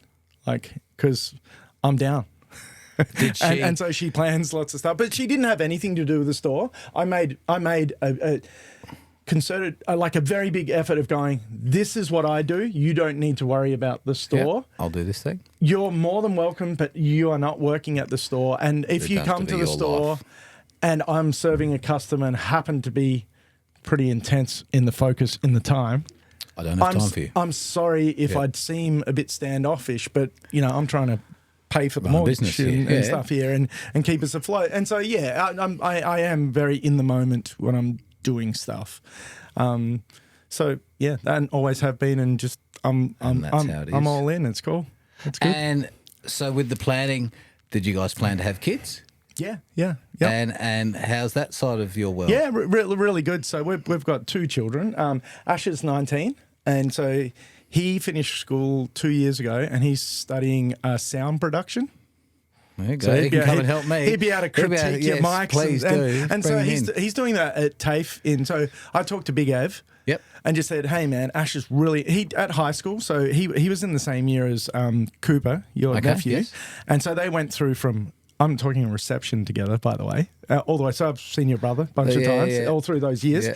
And so at high school, Asher used to do, it was a big school and they used to have assemblies and everything was mic'd and they had a visual, you know, whatever going on the display on the big screen. And so he used to run a lot of that stuff from about year 9 and through to year 12. He used to go to school early and he got like, I don't know what you call it, but he got an award for putting in way extra effort than was required. So he loved it. Yeah, and he loved it. And now he's gone on to study that. And I was talking to Ev and I just said, hey, if he was going to study this sort of stuff, what would you suggest? And he goes, don't go to uni, go to TAFE.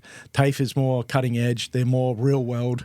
Uni, you'll get a cool certificate and then you'll have to learn what you do when you get in your job. It's 4 years outdated or something. Yeah. And he goes, you go to TAFE, he'll be ready, work ready Get the off the bat. latest stuff. And he's probably working with his lecturers are the people that will probably give him a job. And and he's definitely right. And Ev knows his shit, as you know. he's He's a good dude.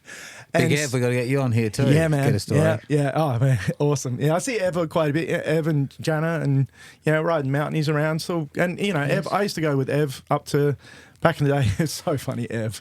In the early days, you know, he'd pick me up from Megabike after work and we'd go up to Kersbrook and he'd pull out a barbecue, cook a steak and eat a steak before we'd ride downhill. And I'm like, I love a steak. Yeah. And he'd just cook a steak on one of those round barbies with a gas bottle and then put it away in the back of his ute. And we'd do a couple of runs and so it was good. So yeah, I've known Ev for a long time and, you know, come in and out of hanging out with So random many people in through this the scene. industry. And with all the people, it sort of comes and goes and it's like yesterday. Like this. Yeah. It's no different. We haven't seen each other for ages and we may not see each other for 5 years. We have, and then we go, hey man, what's happening? Exactly like yesterday. No different. So same with Ev. But yeah, anyway, Asher studying. He's at a point where you can choose 2 paths as well. So it's live. It'd be stuff like live performance or band sound, or you go to recording and doing stuff for movies. Or recording, you know, albums and stuff like that. So there's really 2 paths you take in that industry, and he's about halfway, and he will have to make a decision which way he wants to go. And he still lives at home, works at a pub, like 3-4 nights a week up in the hills, and just cruising along. Keeps him happy. Teenage dude who's like 6'2" or something. Yeah, okay. Didn't get the height from you then. Fed him. It skipped a generation. So Ali and I are both taller than our parents. But then their parents were quite tall, so it skipped our parents. We sort of came up a bit. Oops, sorry. And then now Asher, and then Ali's got cousins that are like 6'5". So you short kids, don't panic. You might grow tall. Yeah, you might get there. How your parents look. So anyway, Asher's doing cool. Still lives at home, and he hasn't got a license yet, but he's on his L's and stuff, and he doesn't really care. He catches a bus. He's just got his headphones, listening to beats, and he's got a mad record collection. So both my kids are very music orientated, and so Ash has got heaps of he's right into Pink Floyd at the moment. I love so Pink Floyd, he's yeah. got vinyl. fan, He's got Pink Floyd. He's got like Rolling Stones. He's got Beatles albums. He's got the Who. He's got That's different. a whole bunch. And then he's got stuff yeah. like Rage Against the Machine and stuff like that as well. But he's not listening to all this fucking droning American hip-hop No, nonsense. oh hell no. Like I listen to stuff more like that than him, and he's going, "What's this shit, Dad?" And and both the kids, like Malia, so next one down, Malia, she's 15 in year 10 at that same school that your nephews went to. And yeah, so she's really good, right into music, plays the piano, loves it. She started off self. We got her a little organ because she asked one, started like, just getting on YouTube and playing, whatever random songs. And she's doing really well. And we got her a big full-size proper full keys keyboard like a piano, and she plays that, and she's in a band at school and she's doing like amazingly good at school compared to what I did.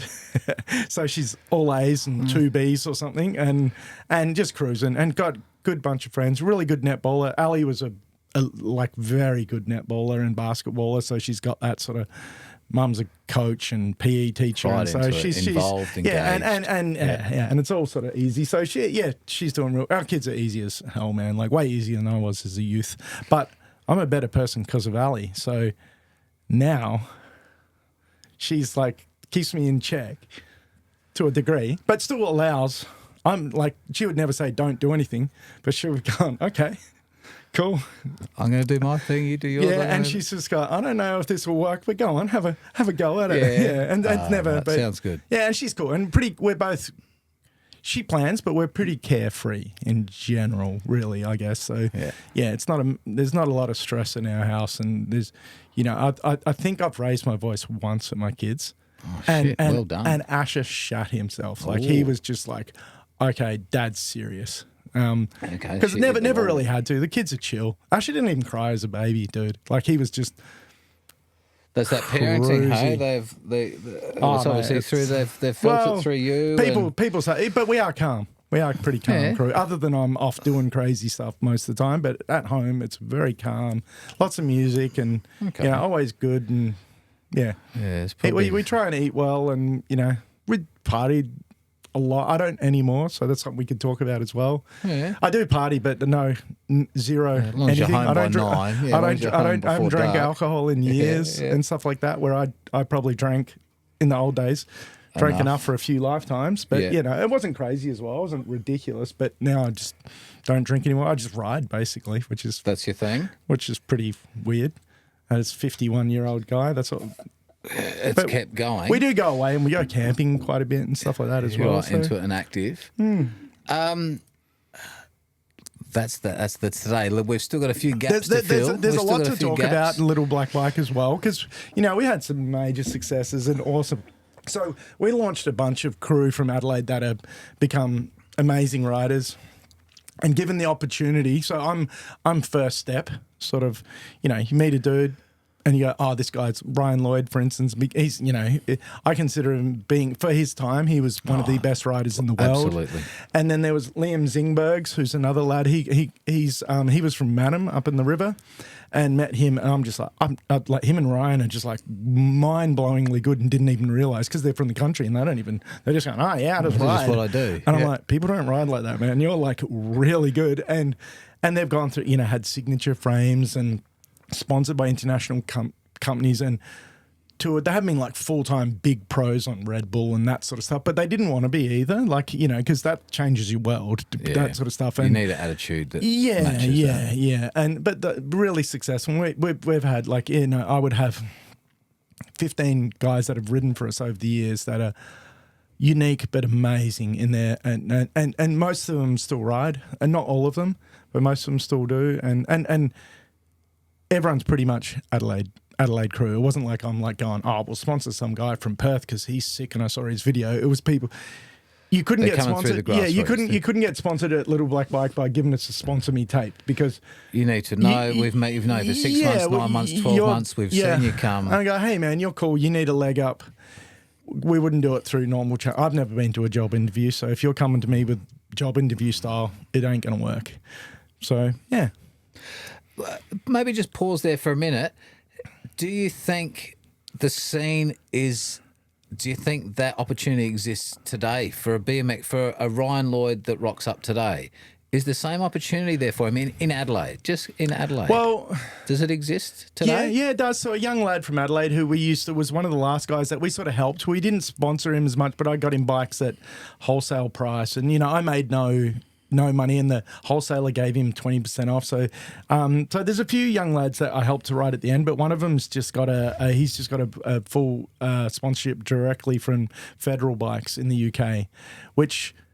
There's a guy called Boyd Hilder who's from Australia who's rides for Federal, and he's one of the top riders in the world at the moment. He's from northern Queensland originally, and he's mental. He can go to dirt jumps, be as good as the best dirt jumper there. He goes ride street, he goes to a skate park. He's doing like double tail whip airs and flares, and got ratty blonde dreads. He looks like a surf dude, but rides everything better than most people could ride if that was the only thing they did.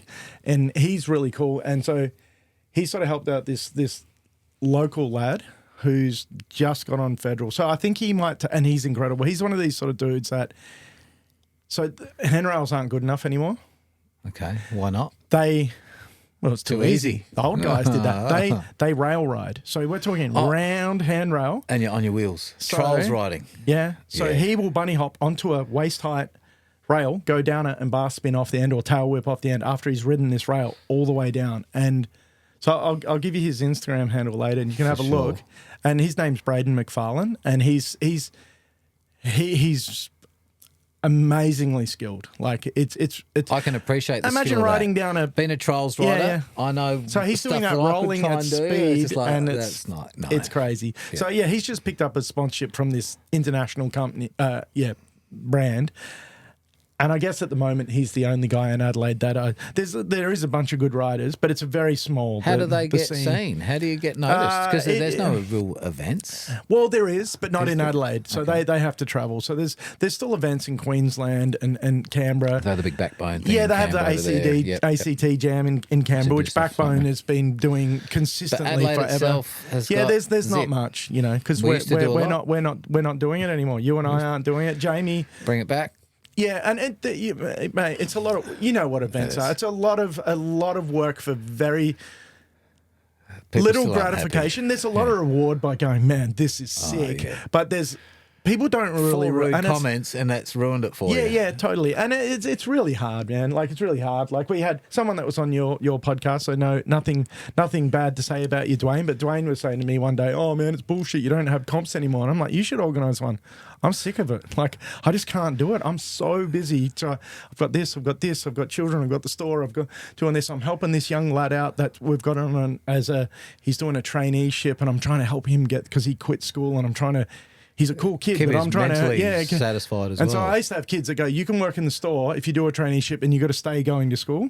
Yeah. And similar stuff to what Jamie and that are doing now, but I did one person maybe every year. Yeah. I help out like that. Where Jamie and that are doing like major, like it's incredible what those boys are achieving and doing and who they're reaching. But yeah, and I just this Dwayne just comes up because I just remember him saying that one day, and I'm like, well, you should do it, man, because I don't have the energy, buddy. No.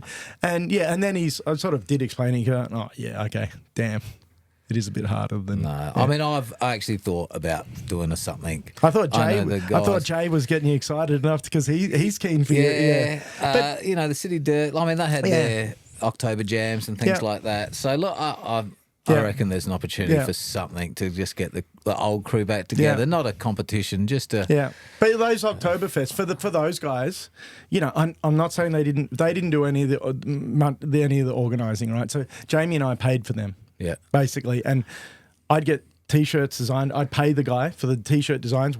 I'd pay for the T-shirts. When we'd sell the T-shirts, they'd pay me back my. If you made money, well, we didn't sell them all. No, we did though. We sold out, man. Yeah. And so I'd get my money back, and then they'd get about $1,000. So they'd get a lot out of. But all the organising that would take me weeks and weeks and weeks. And Jamie used to do so much stuff, and nothing saying like Nigel and the boys. And it could rain on the day.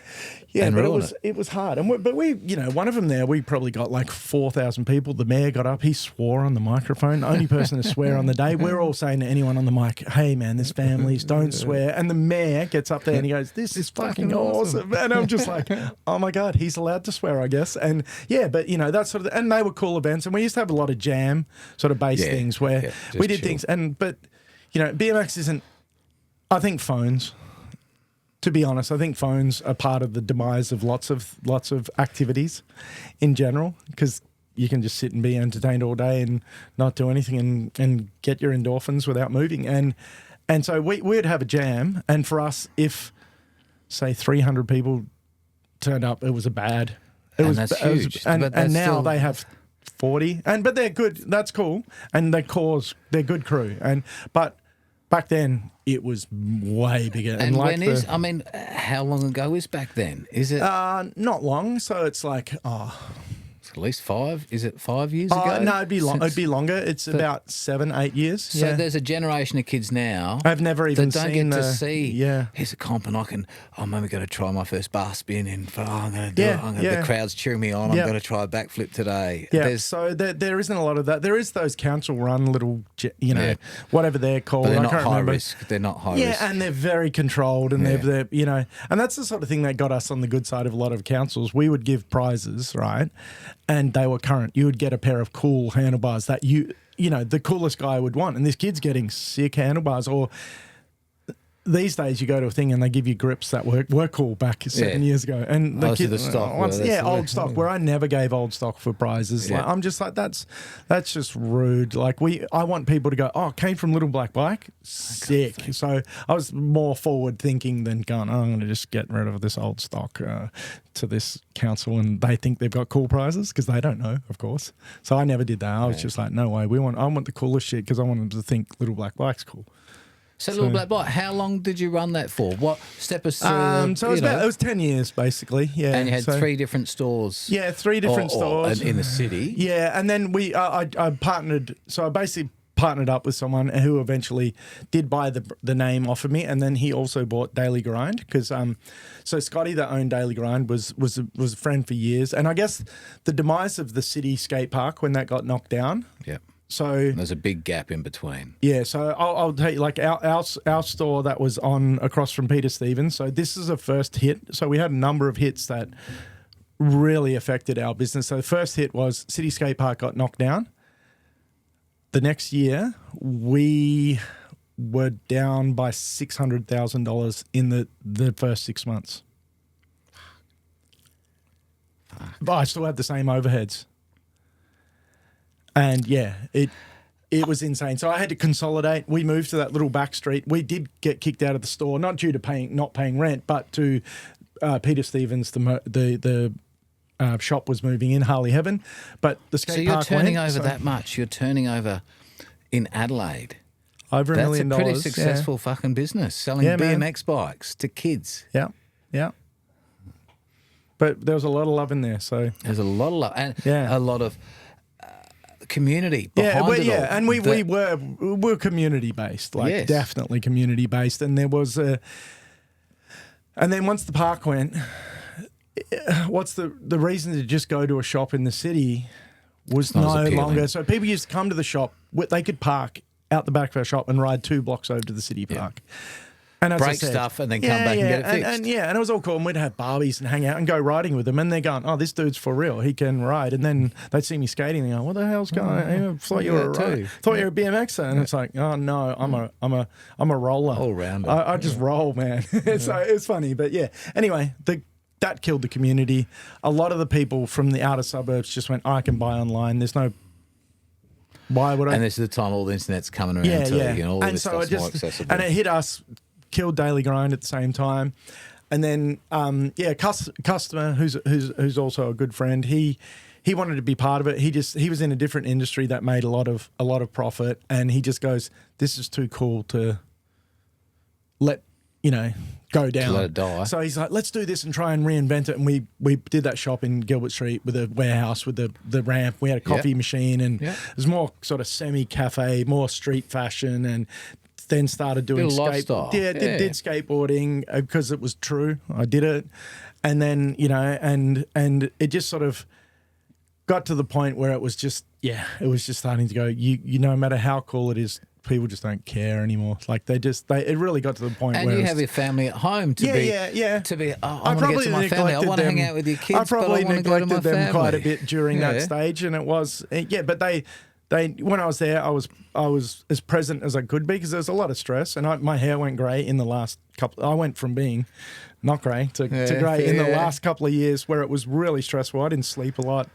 Probably drank too much, all sorts of stuff. And it wasn't a disaster. It was just like, this is too much. So got to the point where Steve was just like, okay, it's not really working. He goes, I'm gonna buy the brand out. You stay on for a consultant, but he owned a winery, Yep. and he goes, I still want you to work in You with can kind us. of fund it. So I went can off fund and it, worked and he can in. pay you. Yeah, I went and worked in other parts of his business. He owns pubs, he owns cafes, he's got a coffee roastery. Makes What are you a lot of doing money there? from, Are you doing like management? Are you doing business stuff? a bit of everything. It was so random. I was like, "Go get it, Matt," sort of style. Go get him, and I'd just go and do it. And I was sort of like I guess we did a lot of projects where we buy old pubs and do them up and old buildings and rather than getting a tenant in a business, he goes, we'll just run a business. So let's go. And so it's like, we'll shop fit and then we do this. And then I didn't do the staffing and things like that, but we had a lot of random projects and it was quite exciting. But it was very adrenaline, sort of like chasing. Exciting new things. And it was just too adrenaline fueled. And I was like, I would come home and it would take me 3 hours to come down.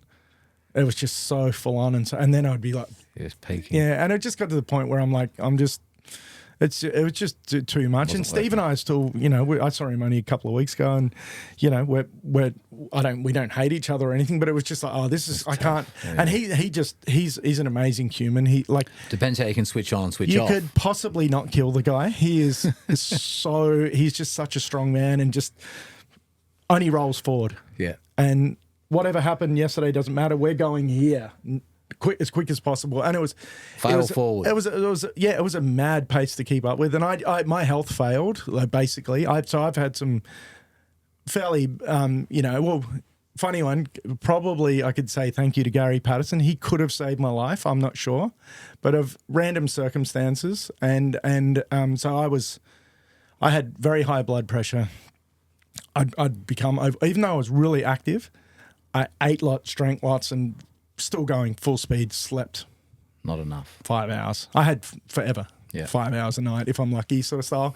And it all started catching up to me. And so happened to be with Gary. He'd had some blood pressure issues, and his doctor said to him, if you've got any mates your age, put them on it, see what their reading is. Well, tell us a little bit more right now. Oh, don't let me spoil the story. You keep.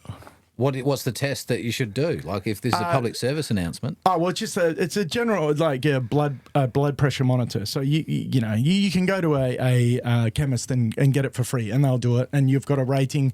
Ideally, you should be 120 at pressure at beat, and 80 when you're at your lowest pressure, when you're in between beats. They have a name, dystolic and whatever it is. I should know them. But mine are good now, so don't worry about it. There's two. But yeah, anyway, The numbers were all haywire. my numbers was so through the roof, and Gary's like, "Oh man, you should maybe go and see it because that's considered bad." And I'm like, "Whatever, I feel fine." And they go, "Yeah, blood pressure is like the main symptom is death." Get by the way, yourself checked. That's pretty quick. And it's pretty permanent as well. Yeah. So I went off to a chemist, do it for free, and the guy goes, "Oh, it's broken." And I'm like, nah, that's my blood pressure. And he's going, nah, it can't be, dude. He's like, you should see it. If you think that's your blood pressure, and if this is saying it, and he tested another one, a different machine, off to the doctor. Go now. She panicked, called an ambulance, basically. And I'm like, I rode my bike here. Are you kidding me? I'm fine. She goes, no. I've never seen a reading this high, a doctor. Fuck. And she's going, people weigh 140 kilos. They don't have blood pressure this high. You may be dying. And I'm like, nah, man, I'm okay. I'm not saying I'm totally fine. I'm not fit as a fiddle, but I'm okay. So anyway, I wasn't, but it gave me a bunch of tablets straight away. She's like, take these, sit down, lay on the bed.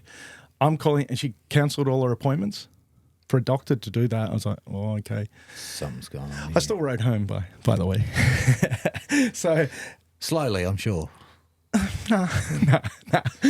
So anyway, Manuals because by the time the drugs kicked in, my blood pressure was like only a lot more than normal. It wasn't So you're meant to be 120 over 80. I was well over 200 over about 130. So like basically they're going, you should be dead. At some point in time, someone can explain that to the real people. Yeah, and so it's really high and it's really bad. And so things like, for instance, your blood vessels in your eyes can burst and you go blind from that much pressure in your blood. And I'm like, Anyway, and so And what was the reason that? So you had a conversation with Gary and said get yourself. And so the next day, did you get yourself this checked? the next day. Yep. Because everyone was like, this is serious. So Yeah. my life changed that day. I never drank again Just like that. from that day. And I told my wife, I'm not drinking anymore. And she's like, How long you ago? drink more than just over 2 years ago. Get yourself checked, boys. Yeah. So blood pressure's Get yourself it is checked. a silent killer, and who knows how close I was. But I found out a whole lot. I'm a general guy. Going, You're a fit and I healthy don't guy. care. Yeah, But yeah. I just go You're a on, guy. just We're going. guys. We're all and you're like, guys. doctor, what? I don't need a checkup. I go to the doctor when I break my collarbone. That's when the doctors. Maybe not even then. Yeah. Oh no. Yeah, definitely. But for injuries, that's what doctors were for Yeah. me, basically. And yeah, so I had to go for all these tests, and it turned into a series of things. And they go, your liver's not very good, your kidneys aren't very good, a lot of things. You get an iron count. It's called ferritin, your iron, and there's a this is too low, this is too high. I was triple the too high with my iron. And so because my liver was not working properly, it wasn't processing iron, it was storing it. It didn't know what to do. So it's going, oh, we'll just keep it. So I was getting more and more iron. And so that can kill you. And I'm like, oh my God, but I feel fine. But now I feel fine. I didn't feel fine, but I just kept racing ahead. This is such an awesome conversation. How weird. Because So I drink too much, and I'm sure there's a lot of us boys that do for different reasons. Yeah, but this is a real reality check. I'm not preaching either. Like I don't want. No, we're a few friends have lost a mate at 47. Just recently, we've lost someone, and you don't know why. Maybe just get yourself checked. Maybe it's advice I should listen to and there myself. are things that it snowballs, and you're an ecosystem, I guess. This is my pseudo doctor way of speaking, but you're an ecosystem. If one thing in your ecosystem's not, the next thing compensates, and a lot of things start going out of whack. And you can keep going ahead. Human body's amazing. Like I put this body through, and you would have, and most of our mates, BMX skaters, everyone, they play Live on hard. that edge, They yes. play real hard, and so I just kept playing. Like I was, at that stage, I was late 40s, and I'm just still not as hard as 20s, but I was still just going, all good. And it wasn't, but it wasn't. It's not as drastic as what it sounded, but it could have. I don't know. Maybe I could have. She could have been right. Maybe I could have died that day. Could have been. That's it. But I said to her, okay, what's the biggest thing I can do to help myself? And she goes, well, number one thing, because your liver, you should just stop drinking or drink as little as you can.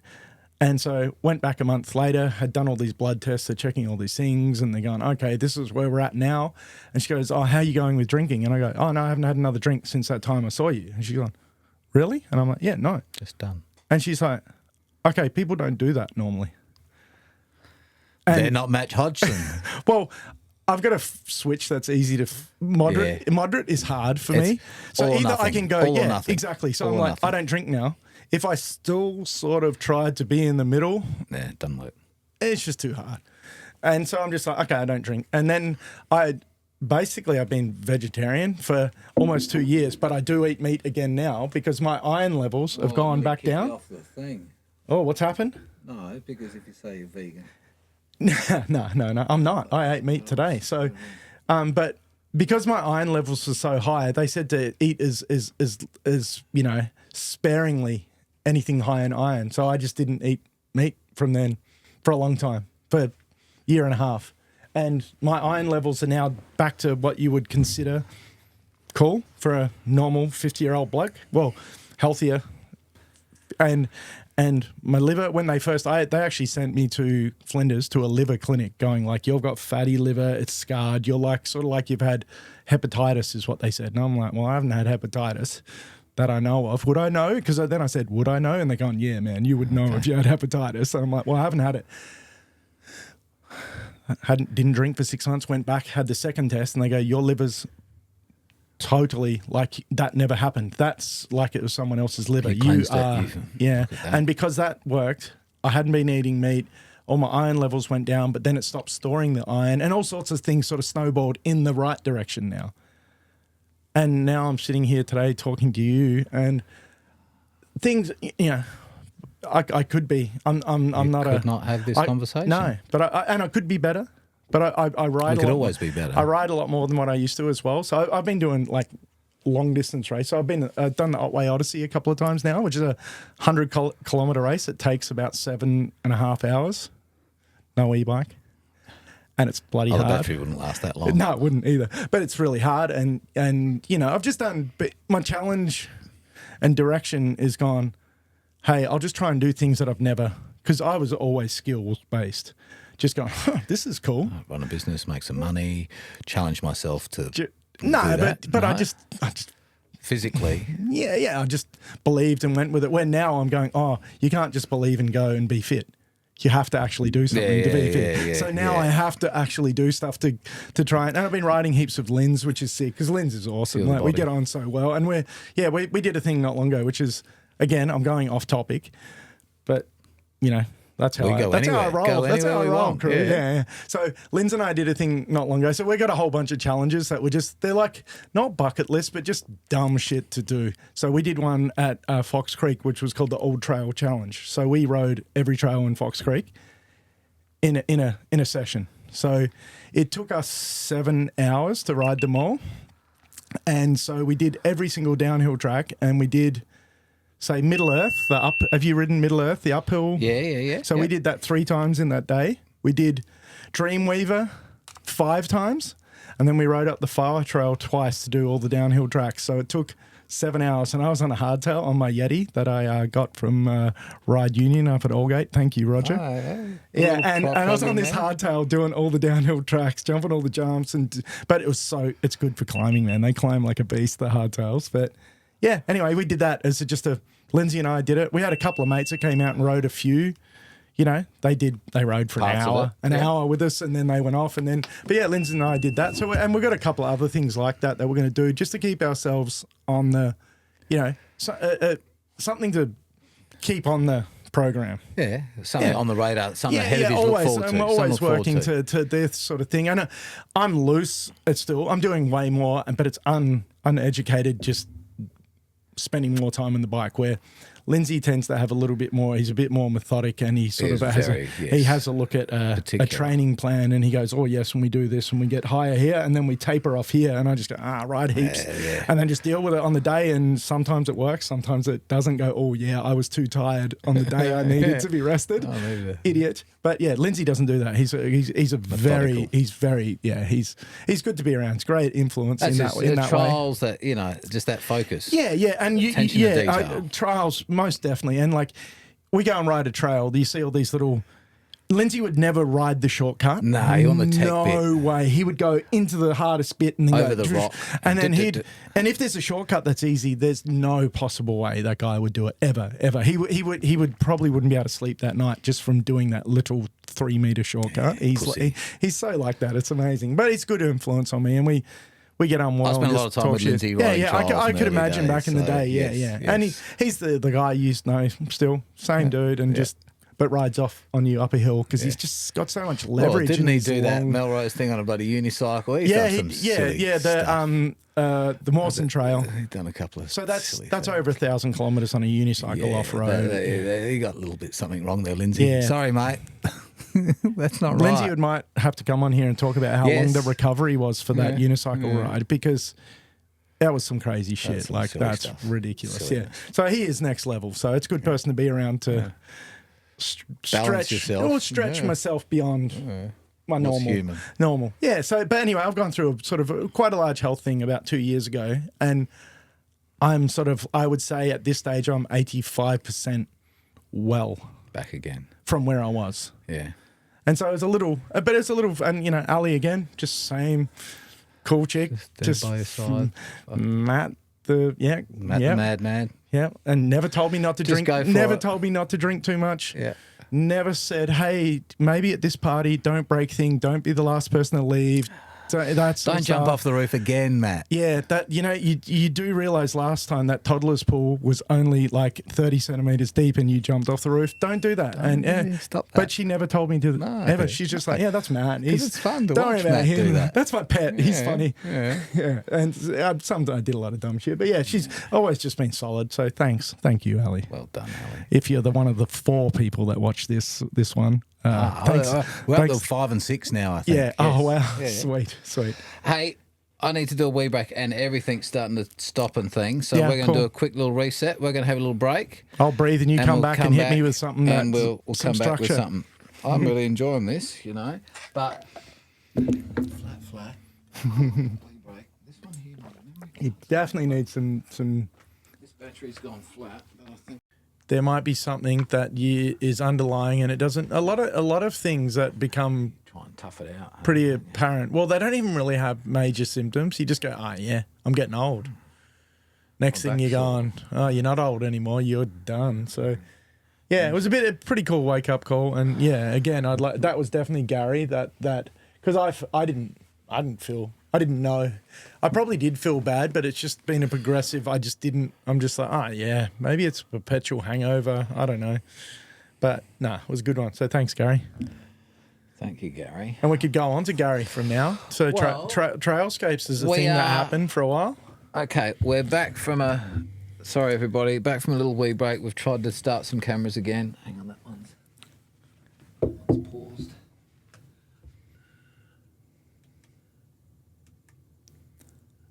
All right. There's two green lights, so I that's think pretty it's- positive. Ultimately, it's the audio that we're after here Okay, because yeah. we have a great face for radio, Oh, both of us. Exactly, so we're good. Back from a break, we were talking about, life and health for adult males. Yeah. Pay attention to that. Let's not dwell on it. Let's move forward. The person that alerted you to that was Gary Patterson. Yes, it was. So, Tell us a bit about Gary. well, we've both known Gary for Yes. 30-something years, I guess, more even. So, yeah, well, I guess my first meeting Gary was back in the day through Megabike and riding. So Gary was a very good skateboarder, and then sort of transferred that to mountain bikes. It just went to the same level on mountain bikes straight away, almost straight away, and did a crossover of both. But yeah,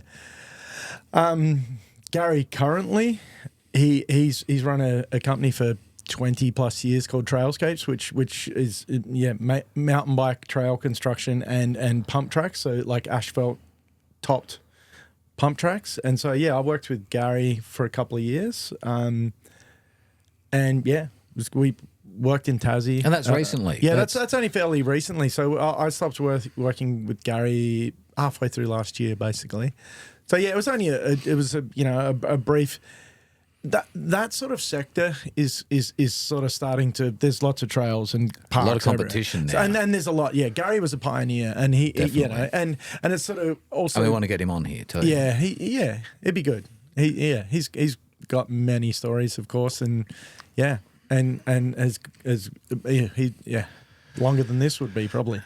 But yeah, so worked with Gary for a while, and got to travel quite a bit, which was cool. And at I guess 49, 50, I worked for a couple of years digging trails, did a lot of other stuff as well behind the scenes and things that needed to be done that he didn't have that extra person for that and I was a bit loose, and again could just go, Matt, you go and do that. And So it could be administration on a computer, or it could be on a machine. Yeah, and things like we got a new warehouse when I first started there, so we had to set up the warehouse. So I had a fair bit of know-how from shop fitting and doing a lot of that sort of work. I used to work wholesale and had warehouse and stuff like that. So yeah, we set that up because lots of and everything was sort of like, he was so busy, had so many jobs, and there was stuff going everywhere, and didn't really know how much, had multiples of lots of things, and got to a point where we go, okay, now we know where it is and what it is. And because he had jobs in Tassie and jobs in New South Wales, jobs in Victoria and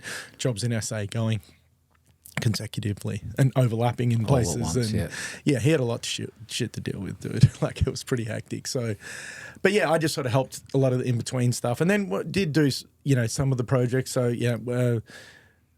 spent a little bit of time down in Tassie with him for the Wild Mersey trails that they built, which are awesome. So they don't get any of the sort of limelight like Medina and Derby and stuff like that. It's quite a different sort of more. It's sort of more like the riding I would do, which is longer distance, but it's got gnarly shit in it. So I'm sort of like what you would consider motorbike enduro style. It's longer distance, but with tough stuff, where I guess enduro is just sort of downhill with a little bit of a ride up in mountain biking. But so yeah, longer trails, and you know, you could go and do say 45 Ks there, and you wouldn't ride the same trail twice, and you get to see lots of different terrain. And it's between 3 towns. So there's the town of Latrobe, which is, it's sort of not far from Launceston. It's a bit west, so it's sort of centre upper part of Tasmania, and so not near where Derby and Maydena are very close together over on the east coast. And so this goes between Latrobe, there's the town of Railton that's in the middle, and then there's Sheffield, which is the most western town, and it sort of links up the 3, and all of them you can ride as a separate place, but then they join up with quite good trails all the way between, sort of. So distance-wise, it'd probably be 25 kilometres between end to end, but there's lots of trails in the whole network in between of varying Which is runs. still just a reasonable, right? 25 Yeah. Ks is pretty reasonable with a bit of fitness, you know? Yeah, and a lot of them got sick jumps, good berms. So that's a lot of that is trying to think of, because Gary doesn't make a trail that's just, you know, a little meandering trail. It's got to have features.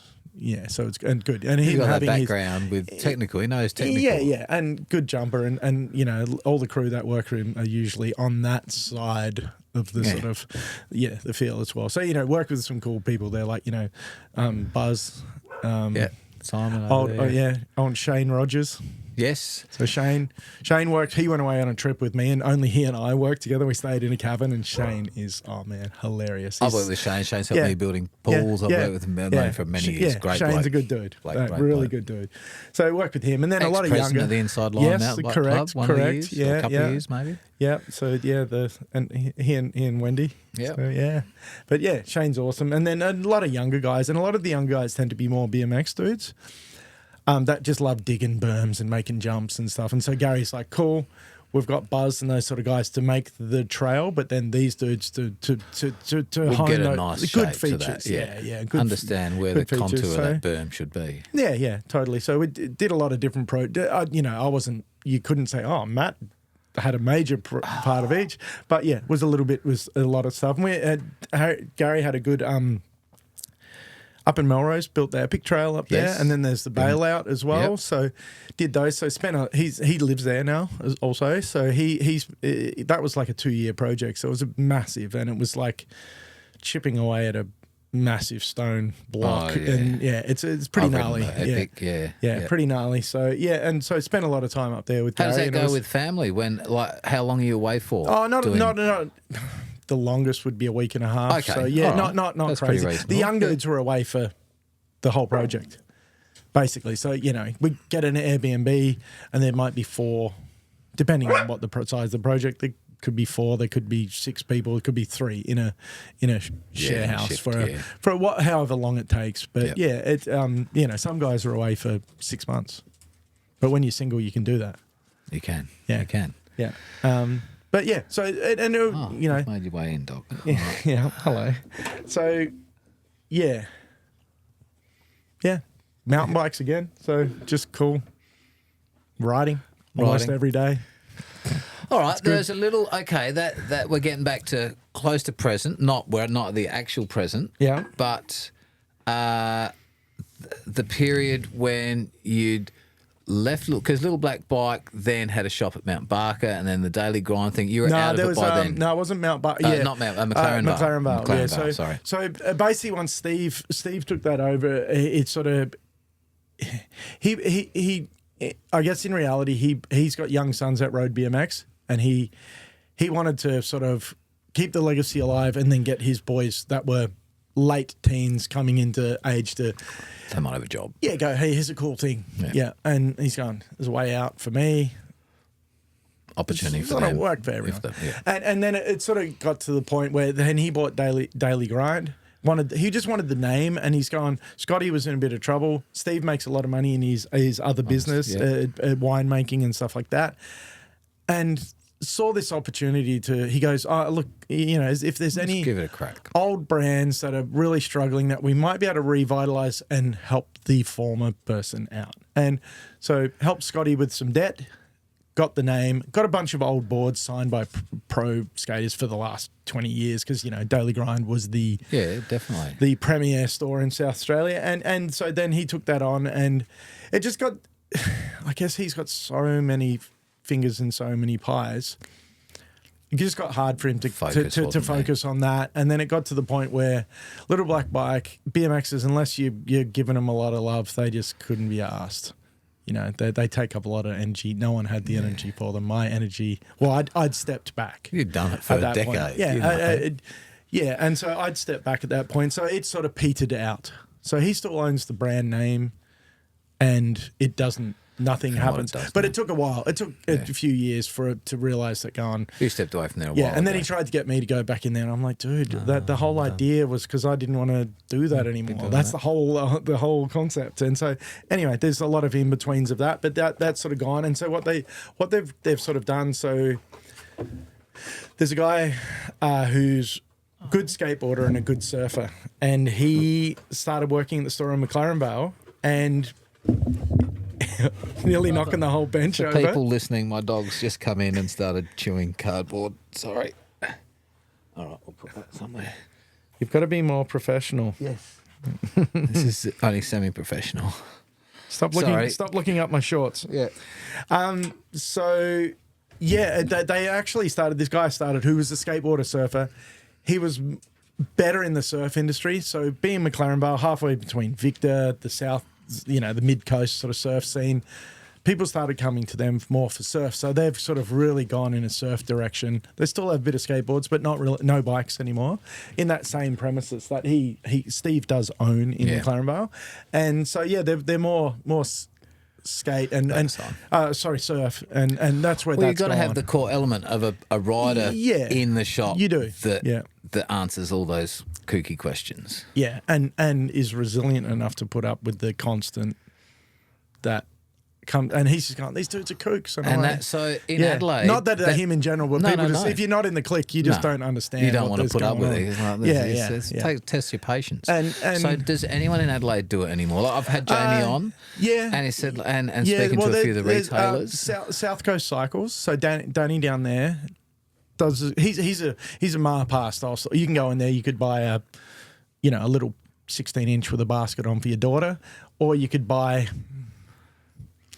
I guess, a reasonable downhill bike, a $5,000 Norco mountain bike. Enduro he might bike. sell an e-bike in there. Yeah, definitely. He's got a bit of everything. Yeah, got it in there. But he's a general store. Yeah. That says e-bike on that button, by the way. That's e-bike button.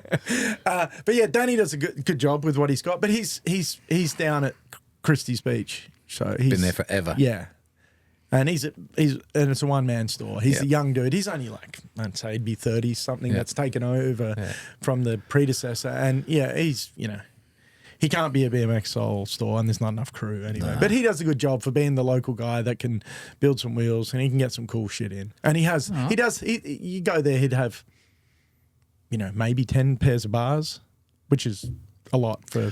I'm not in the game anymore. I don't know. You go to most bike shops, they wouldn't even have BMX bars. Yeah. Really? I figure it's not the flavour of the month. No.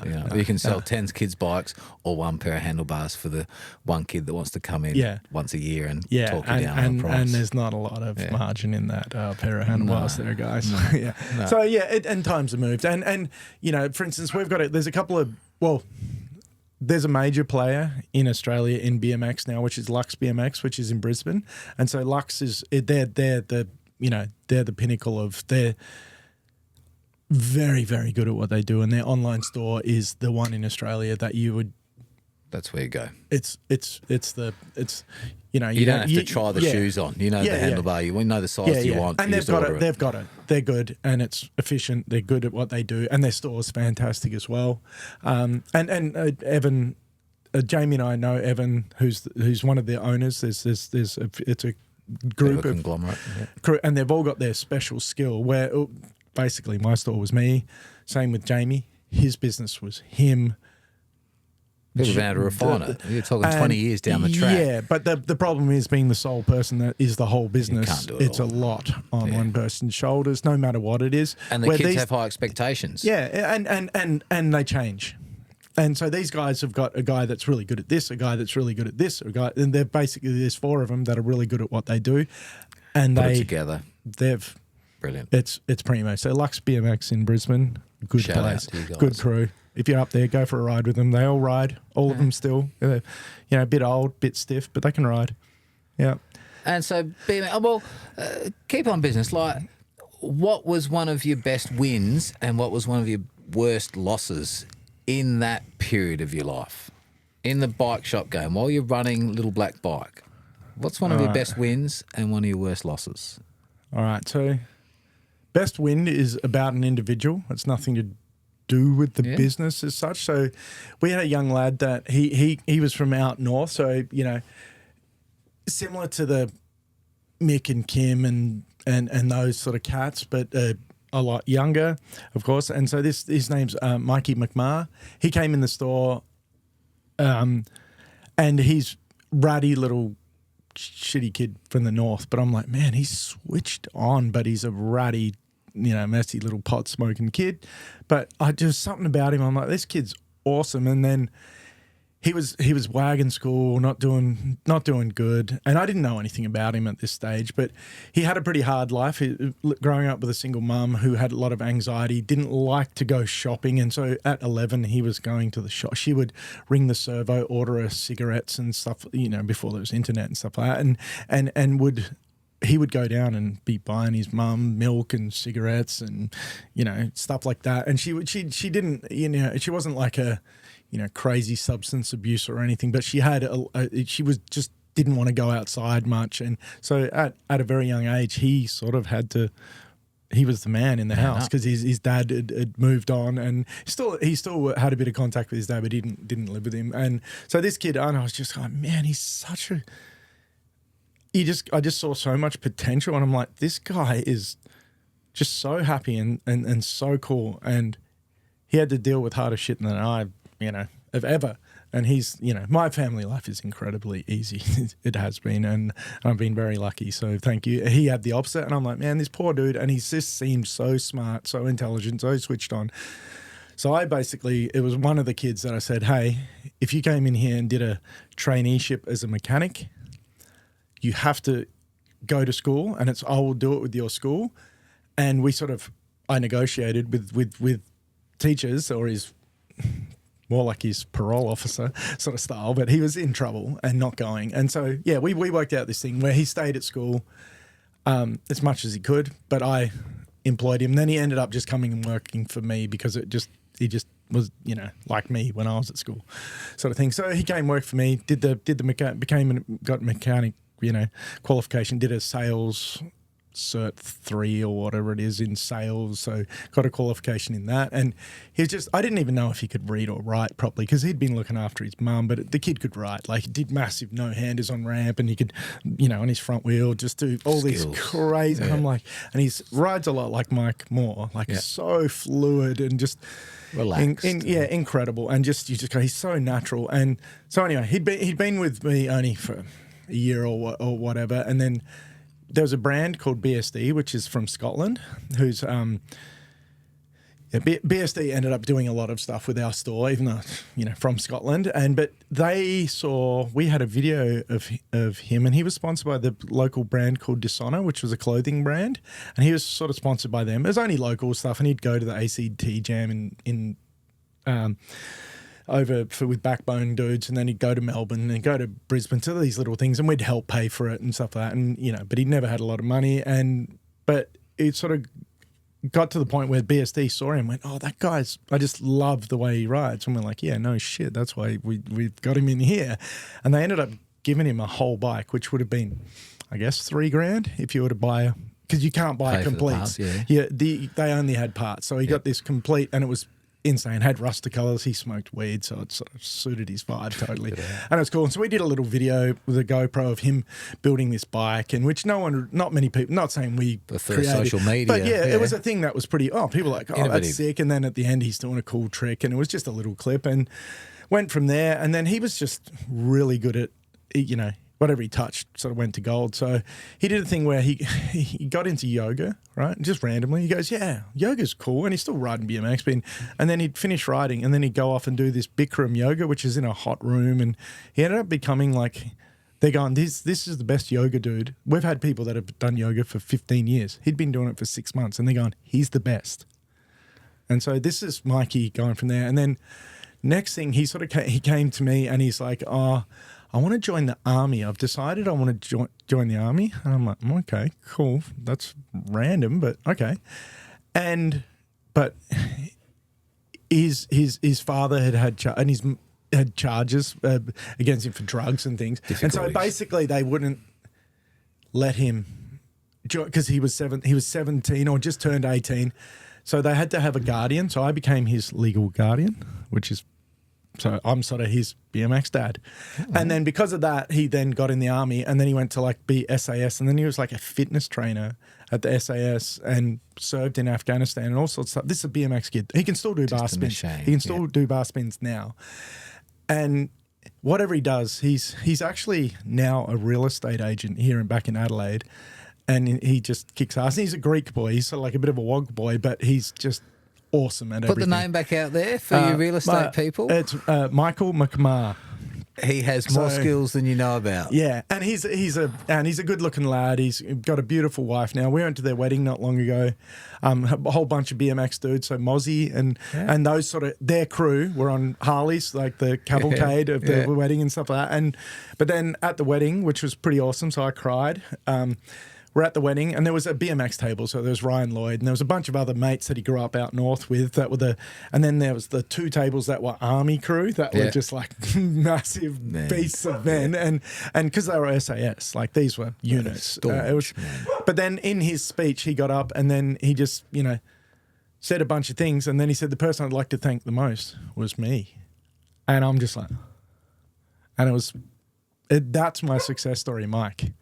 Because he was just, not going to school, being a little shit, smoking heaps of weed, just, they're at the point where they're going to start stealing cars and, his mates were stealing motos and they were doing like joyrides at midnight with no helmet on and stuff like that. And I just went, dude, this kid has got a spark that's just, and I'm just like, I wonder if I can just help him and just, because he'd sort of maybe not seen much of what my normal life or a normal life for someone growing up in a regular family sort of household, and it went well.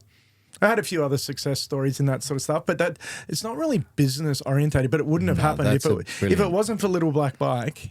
That wasn't able to happen. And who knows how his story might have ended. And he's but this and now he can go and inspire others. Yeah, well. and he has, and it's awesome. Like it's incredible, and he actually has just applied to be an Australian federal police officer, and they asked me to sign. He used me as a reference and asked me to sign all these things. Has Michael ever talked to you about drugs and all this sort of stuff? And I'm like, oh no, he actually hasn't.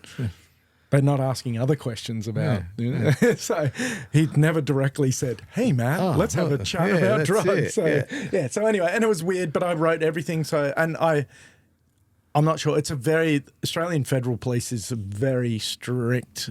So you could have been in Afghanistan, been an SAS dude, like you still might not make it. You may not make it because they're looking for a different. Basically, the SAS needs a super fit dude that's going to get shit done.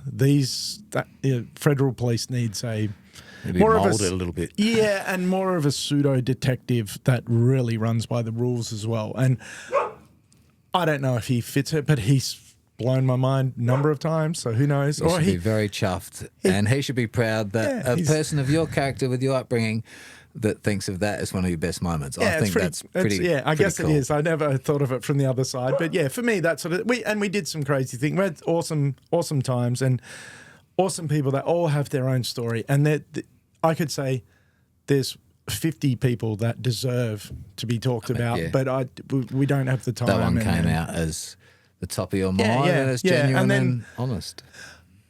I don't know about the lowest point because You've probably all had a few. Yeah, and as I said, I look forward a lot more and look at today and look at what I can do to make tomorrow easier or better. If one of our listeners knows oh fucking, I've had so many shit days, and it's the worst. I can't do it. And has Matt had any shit days? And can I learn? Yeah. Can you share one that is going to let people know that I fucking it was shit and I got through it? Well, I guess when we left across the road from Peter Stevens, right, and that ended, and that's when the skate park had gone. We were 60% down on the previous year. Big zeros. 60% down, and so luckily we're getting luckily the landlord sold the building so we didn't have to break the lease and say, hey, I can't pay rent anymore. We moved to this much cheaper building and did our build. But in that period, so again, Ali was solid through all this, just went, hey, I'm here for you. You just do what you have to do to make this is It's your heart. Yeah. It's your and heart, so I was working all day in the shop, and then I was going, and I sometimes worked till maybe 4 o'clock in the morning doing shop fitting. And I made walls out of old pallets. I would roam around, get pallets and pull them all apart, and I nailed them all to a wall. And people are going, man, that pallet wall is so sick. And I'm like, that's all I could. Made the most of what I had. That's all I could do. And it worked out. It looked cool. It was a little, it's like being in a man cave, but it was a store. It suited the vibe. Yeah, for and what? it definitely did. But like at that stage, I would say for a good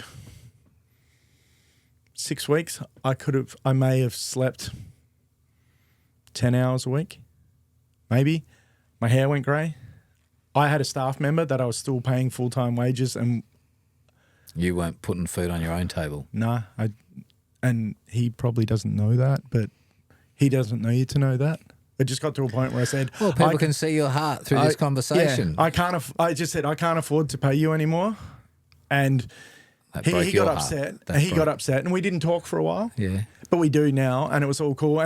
But he still doesn't know that I didn't get paid, and he got paid for a long time. But that's not either. And Jamie did the same thing. But then with Steve, I had a way out to him. Came in as a partner. We thing and had a go at it, but it was just too. Times had changed, and the internet had come in, and like we had things. I guess this is the difference between the internet and a phone in your hand. So I don't know if you ever came to any of our video premieres. So we had them at the Astor when we were down at the shop on Pulteney Street. So we had a video premiere where we had 3 international pro riders came to Little Black Bike. We had a video premiere.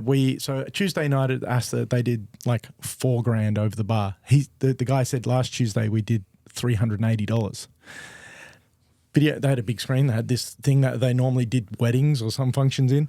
We had dudes hanging off the balcony and just crazy and like cheering and going nuts. And like every time a big trick, like the whole room like, ah!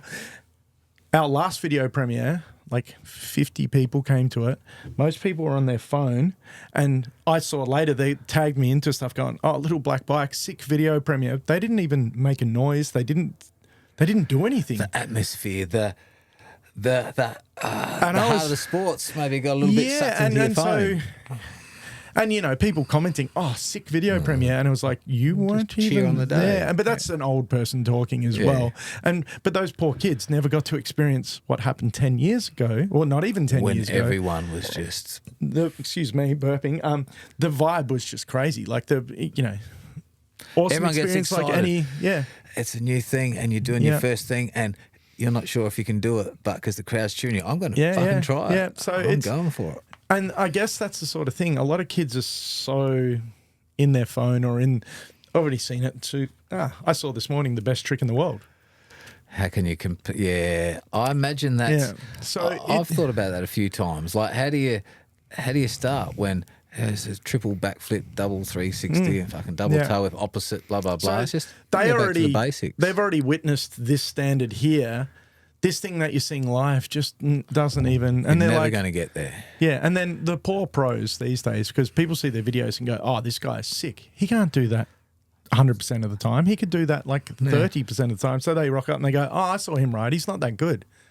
And so nobody's that good all the time. That's a one-off trick on one day. And so we didn't used to have that. Like I think Jamie said it when he did your interview. We had like freestyle and magazines would come out for BMX, and we would see something 6 months after it happened, maybe in the States. And then we're looking at this photo going, okay, how did they do that? Where kids now just see it all and go, oh, yeah, cool, I'll learn that. I understand it because they can slow motion. And not saying life's easy, but then... Where do you put your feet? On Yeah. on flatland trick. And it would be like, and this is one of the funny things in the store that I found was quite, I want to sell you things so I can pay to survive. We'd get people come in and go, oh, my boy here, he wants this bike and blah, blah, blah. And he's talking about a bike better than I've ever ridden myself. Or the pro guys they've spent 15 years to get to a bike that good. This kid's first bike is that pro level bike. And I'm like, so if he starts on that bike, what's the evolution from here? Like they got nothing to work towards. And so I knew that bikes were really shit back in the day. And now I know how good bikes are. I really appreciate it. But those guys started here. It doesn't go anywhere. Like, of course they're going to go, oh, cool. What else can you buy me, Dad? I want a moto now. And that's sort of what happened with those. They don't stay in the sport, and they don't No. They don't because they just got it too easy, and yeah, and it was a funny thing to see because I, ideally was selling them. I used to talk people down all the time. Go, he doesn't need that bike, man. He needs this. You're getting him a bike that doesn't fit him. It's not. It really, that's. Oh, but I want it. It looks cool, and it's in the colour that I want. It's just like, no. Yeah, and we did have parents come in and go, oh, we were going to buy this bike from you, but you don't have the green one. And I'm like, mate, when I was a kid, there's no way that there would be an option. And they go, oh, but my son that said that his friends would tease him because that's this colour. And I'm like, mate, if he's worried about people teasing him, he probably shouldn't be doing this. But yeah, it was the weird things that you got, you would have seen in the store. You pick up on random stuff and you just go, in retail. And yeah. So for me, I guess the worst time was when we did that transition, that small store. I didn't spend much time with my family and I didn't sleep a lot. And I probably would have been the start of my health demise, I reckon. Took another 10 years, but yeah. But that would have been the lowest point as well. And then, I didn't, just old school mentality of no one needs to know. And Jamie did the same sort of thing as well. No one really needs to know what I'm going through. I got myself here. I have to deal with it as well. And so mine's not, Jamie had his was so much bigger. His company was the way that it was structured. It was he got huge. stitched. And it was.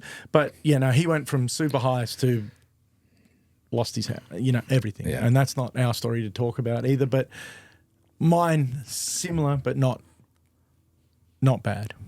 Not bad. The impacts on your business life impacted your health. Yeah, definitely. And a mate said, just check on this. And you're lucky. And so, and just randomly, Gary happened to have an issue and his doctor told him to. And he goes, oh, Matt, do this. I'm like, oh, thank goodness, Gary. Thank you. And here we are. And so, all right. So what did you do? Have we got to current day? There's still a couple of steps between. Trailscapes is what I did before, what I'm doing now, basically. So you went from the little lap bike and you're doing all that stuff, and then and then I worked in the winery and stuff, that sort of stuff for that was a while. That was about and that's 4 or 5 years. Administration and business as well as project hands-on. management, a bit of marketing, and so like there was a number of things there, and there's nothing to that was that notable that you go, Matt made a huge difference in this $50 million business. Yeah, but like there was a few things where I did see things where I've come from like living off 2-minute noodles for years when I was young. Same as Clint from Colony, and when you've been like that, you understand. You could afford 2-minute noodles. I could only afford 1-minute noodles. They might have been home brand though, maybe. But yeah, that sort of thing of like, for instance, I go to this super business with lots of super wealthy and lots of money, and they were doing this practice this way, and I'm like, why do you do it like that? They go, no, that's just how everyone else has done it. Yeah, that's how it's done. And I had a total fresh eye. I didn't even know what the actual. I only saw. I didn't come through uni. Yeah, this I don't to look this, at it that and I'm way. like, well, why wouldn't you just do it like this? And they're like, oh my god, that saves so much time and money. And I'm like, cool. Why wouldn't you just hip to the left? Yeah, and they just thought it was something. They go, oh, your vision is like, and I'm like, that just seems practical. I don't even think that's visionary shit. Like that was just practical, and I would have had to do that in my life where I guess winemaking's on a different financial level, and they just go, no, this is how it's done. And I'm like, but what's the reason it's done like that? Because there doesn't seem to be a real point to it. And yeah, that was one of the cool things when I was there. Just bring that perspective. Yeah, and they just went, oh, wow, you look at things differently. And I'm like, I think all of you guys look at things differently. I think I look at it normally. Well, I mean, you've had 2-3 decades of success within... of just having a go and working it out. And so, yeah. And so what's happening now? So now I work for a company called Bikeabout. So I've been involved with them since when I worked back at Megabike, to tell you the truth. So they used to run school camps back in the day that were mountain bike camps. So I was a mountain bike guide. I used to do a lot of touring as well. So I used to go and ride, everything packed on my bike and go and ride. Not heaps, but used to go and do all these tours and sort of camping trips on a pushy, which was before. These days it's cool now. You can make a video about it and, it's all cool. It's called bike packing. And yes, Jesse's company is backed. They're backed on that sort of stuff. And it's, oh man, I'd love one of their bikes. Jesse, Steve's doing heaps of that stuff. So Japan, I used to do a lot of that 20 years ago, right? And then I worked Pioneer. Whatever. Yeah, no, not the crickets, it's the electric chair. Both of them at once. Yeah, we're having fun here now. Matt Hodgson, this is who we're talking to. Yeah. Man, you are getting good at this. Turn that down now. Wow. Yeah, that was... Whew. Yeah, now I'm feeling better about myself. Yeah, but anyway, I used to work for this company that did... Hopefully this is on film. You can see how stoked he is with these little sliders here. I'm still working it out. Yeah, and so did school camps. So we went away on mountain bike trips, and so we'd do trips like on the Mawson Trail, but not all the way. But we'd take Scott College kids and Ross Trevor and PACs, all the colleges. So Claude used to let me have time off because I'm going out and working on bike related stuff, and generally I'd get him come back into the shop. Get him sales. Yeah, and it's cool, and it's different sort of stuff. So I did that quite a bit with this company called Bikeabout. They did education based bicycle stuff for many years, and then I guess when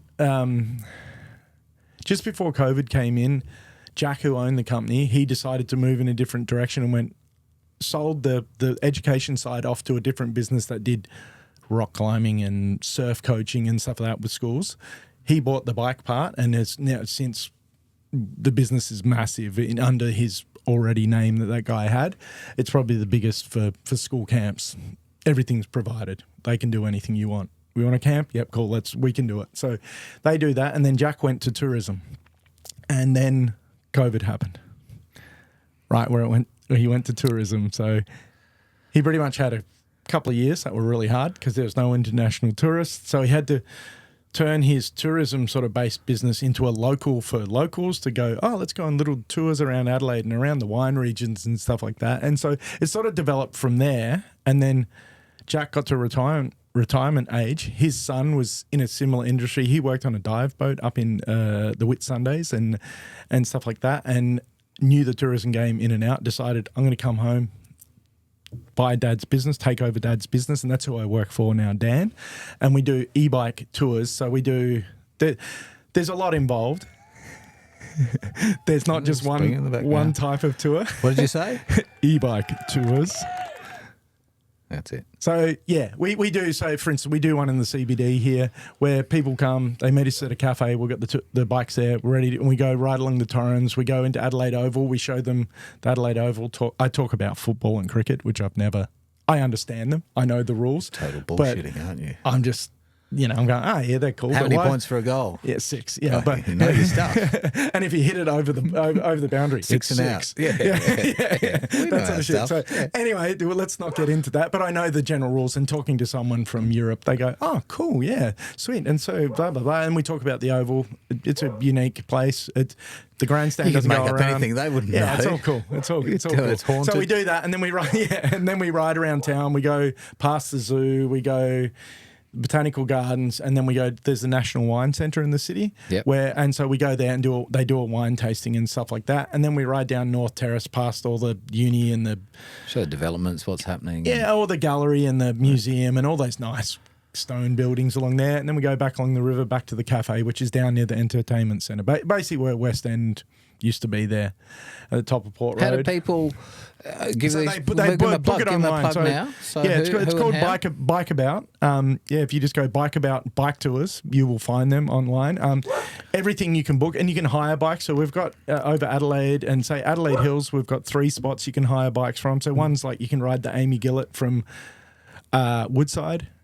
Through the country. And you go out through the woods. It's Amy Gillett Bikeway that goes to Mount Torrens at the moment. Soon it's going to be extended to Birdwood, where the motor museum is. But then you can also hire bikes at Harndorf, at McLaren Vale, at the Adelaide Oval in the city. And then there's Kangaroo Island. We have bikes there. And is this daily? You're doing this stuff? Yeah. So, How many people are going on these trips with it you? can be as little as a couple if you want a private experience, but we generally it'd be like 4 people to 8 at the most with a single guide. If it's more than 8, we would go to multiple guides. So we've Well, had. make sure you give me the website and we'll list it now, and I'll put it in the link or whatever here. But we go and ride e-bikes basically with tourists, and it's random. I've ridden And with what's this. terrain you're riding on? Like, it's not. Well, you're not going hardcore riding. No. So they're all different. So, for instance, we do the one in the city, which is that little loop. We do one in Adelaide Hills where you do ride dirt roads, though, and we go from a winery, which is not open yet, but we park there, ride from the winery, all back dirt roads. We go to Birrenberg and we pick strawberries with them. So today I've eaten strawberries this morning with people that were from New Zealand. It was 4 people from New Zealand. That was this morning's job. And this morning I had to pick them up from the hotel. So I had to get up really, really early, drive to pick up our van with the bikes, and then drive to Adelaide, pick them up, drive back to Harndorf, then drive them back to Adelaide. Then I drove back, delivered the van to back, picked up another van with bikes, went, did another tour, and then drove back there, got my car, down here. drove home, had a shower, and then came here. Came down here to chat to me. But there's no stress. Look at you. Riding Beaming. with people, it's cool, man. And it is really good. And it's really easy. And everyone's on holidays. So I've been doing this for 8 months. We've had one person that was grumpy in that whole 8 months. One person. And everyone else is like, man, this is all. And they're going, and at the moment, the Adelaide Hills are the driest and the worst I've ever seen them. They're going, oh my God, it's so beautiful. And I'm like, man, this is actually the worst I've ever seen this place. But they're stoked. They're on holidays and they get to taste some wine. And we go from this winery, which is called The Lane. If you want to take your lady out and show her a good time, The Lane's very beautiful restaurant, good wines, specialist in cool climate, white Where's wines. that? Where? So it's near Balhanna. Put a plug out. I got no problem. near Balhanna. So we start there and then we ride to Birrenberg. We pick strawberries and sometimes people buy the jams and sauces and stuff like that. And then we go down the main street of Harndorf, and down the other end there's, where Grumpy's Brewery used to be? It's now called Grunthal, which is owned by Utter Delights, which is a cheese company. So we go there and they do a cheese tasting, and then we have, coffee and tea there. And that's about we sit there for about half an hour to 40 minutes. They do that, and I just talk shit the whole time about local Adelaide Hills stuff, and people are just lap it up and go, oh, this is cool. And then we ride off, go back, and we go all dirt roads, and we go to Shaw and Smith, which is probably the most famous winery in the Adelaide Hills. They're specialists in Sauvignon Blanc and Chardonnay. But they've got a really good Riesling as well. And these people, lots of people come from interstate and do the bike tour to go to Shaw and Smith as well. So it's a pretty and we all rock up wearing shorts and girls are in their tights, and, because people dress to ride, and we rock up and everyone else is shirt, ties and stuff. It's a fancy restaurant, winery, sorry, and it's pretty cool. And we rock up, have a tasting, and the people are lovely there, and they're very high end, talking it's got afternotes of strawberry and it has a smoky finish and whatever. I don't even listen to it, but I know the history of all these wineries, and I know all this stuff because I did work in the wine industry, and all this stuff is all come to this point, and I'm like, oh shit, this is easy. Sweet. And then we go from there, and we actually do ride a little bit of single track, which is between 2 wineries. And if you look on a local map, it is shown as a bike track or a horse trail. And we ride this little single track and we get back to the start, and then they have another tasting at the original, and I leave them at that winery. But today I had to drop these guests back at the hotel in town. But Yeah, do that. And then we do another one in Barossa, which is a really cool experience. So they make this winery we go to, which is called Yulumba. It's 175 years old. It's still it's fifth or sixth generation of the same family, and got a cool history, which we probably don't have time to go into. But they still make barrels there. There's 7 wineries in the world that make barrels in-house. Yeah, That's the only one in Australia. So we go on a barrel tour.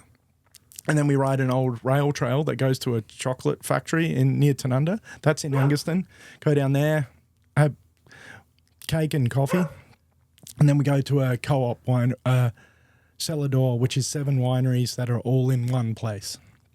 So you get lots of different winemakers. It's not just the same sort of flavour from one person, which is quite cool. People do, and I usually leave them. I go for a ride for an hour on an e-bike. And There it is. There's the button. and then I come back and I go, yeah, I just rode 20 Ks while you were drinking wine. And people are like, oh my God. But yeah, I just go for a ride. They stay there, do a tasting for an hour, they come back, and then we ride back roads through vineyards where at the right time of year we get to pick grapes off these ones right next to the road, which is the farmer said it's cool. They get to taste grapes and stuff like that. So it's a pretty cool experience. Then we go back to the same original winery, and then they get a full tour of their old winery, because they've got their modern winery, but there's all the old buildings, and then they stay there. And I just drive off and drive back home, drop all the bikes off, plug them all back in on charge in our warehouse, which is up in the hills. Yeah. And then, so. Is that 7 days a week? Is that Monday to Friday? It's random. Yeah, okay. When the bookings As they come in, but I'm basically full time now. I'm full time, and so Dan was doing it all himself after he took over from his old man. But it just started getting busy, and he could never let things overlap, so he had to do a lot of cancellations. Yeah. And I came on, and he goes, "Oh, I don't know if I'll be able to afford because." Me being greedy, I was like, I want top. No, yeah. Shit. But I'm just going, look, man, I can't survive on less than this. And he's like, oh, stuff it. I'm going to, and he can afford me well and truly now. Yeah. It's because he doesn't have to say no to anything anymore. And so we've had 3 things on at once, and we've worked out how to do it. And we've made more than 3 times the profit in that day and stuff like that. So he's just going, oh man. And he actually said the other day, I couldn't do this without you. And I'm like, oh shit, what if I get restless? Oh no. No, but I'm stoked at the moment. Yeah. And just, with my health. Keep falling on your feet, and you got something. Well, you got something to motivate you. Yeah. And then I can ride. I don't consider that, because I'm riding with, these are retired people, not all of them, but we're doing like 14 Ks per hour. And, so I don't consider that as part of my riding, but I don't exercise. Eco mode, or will you boost?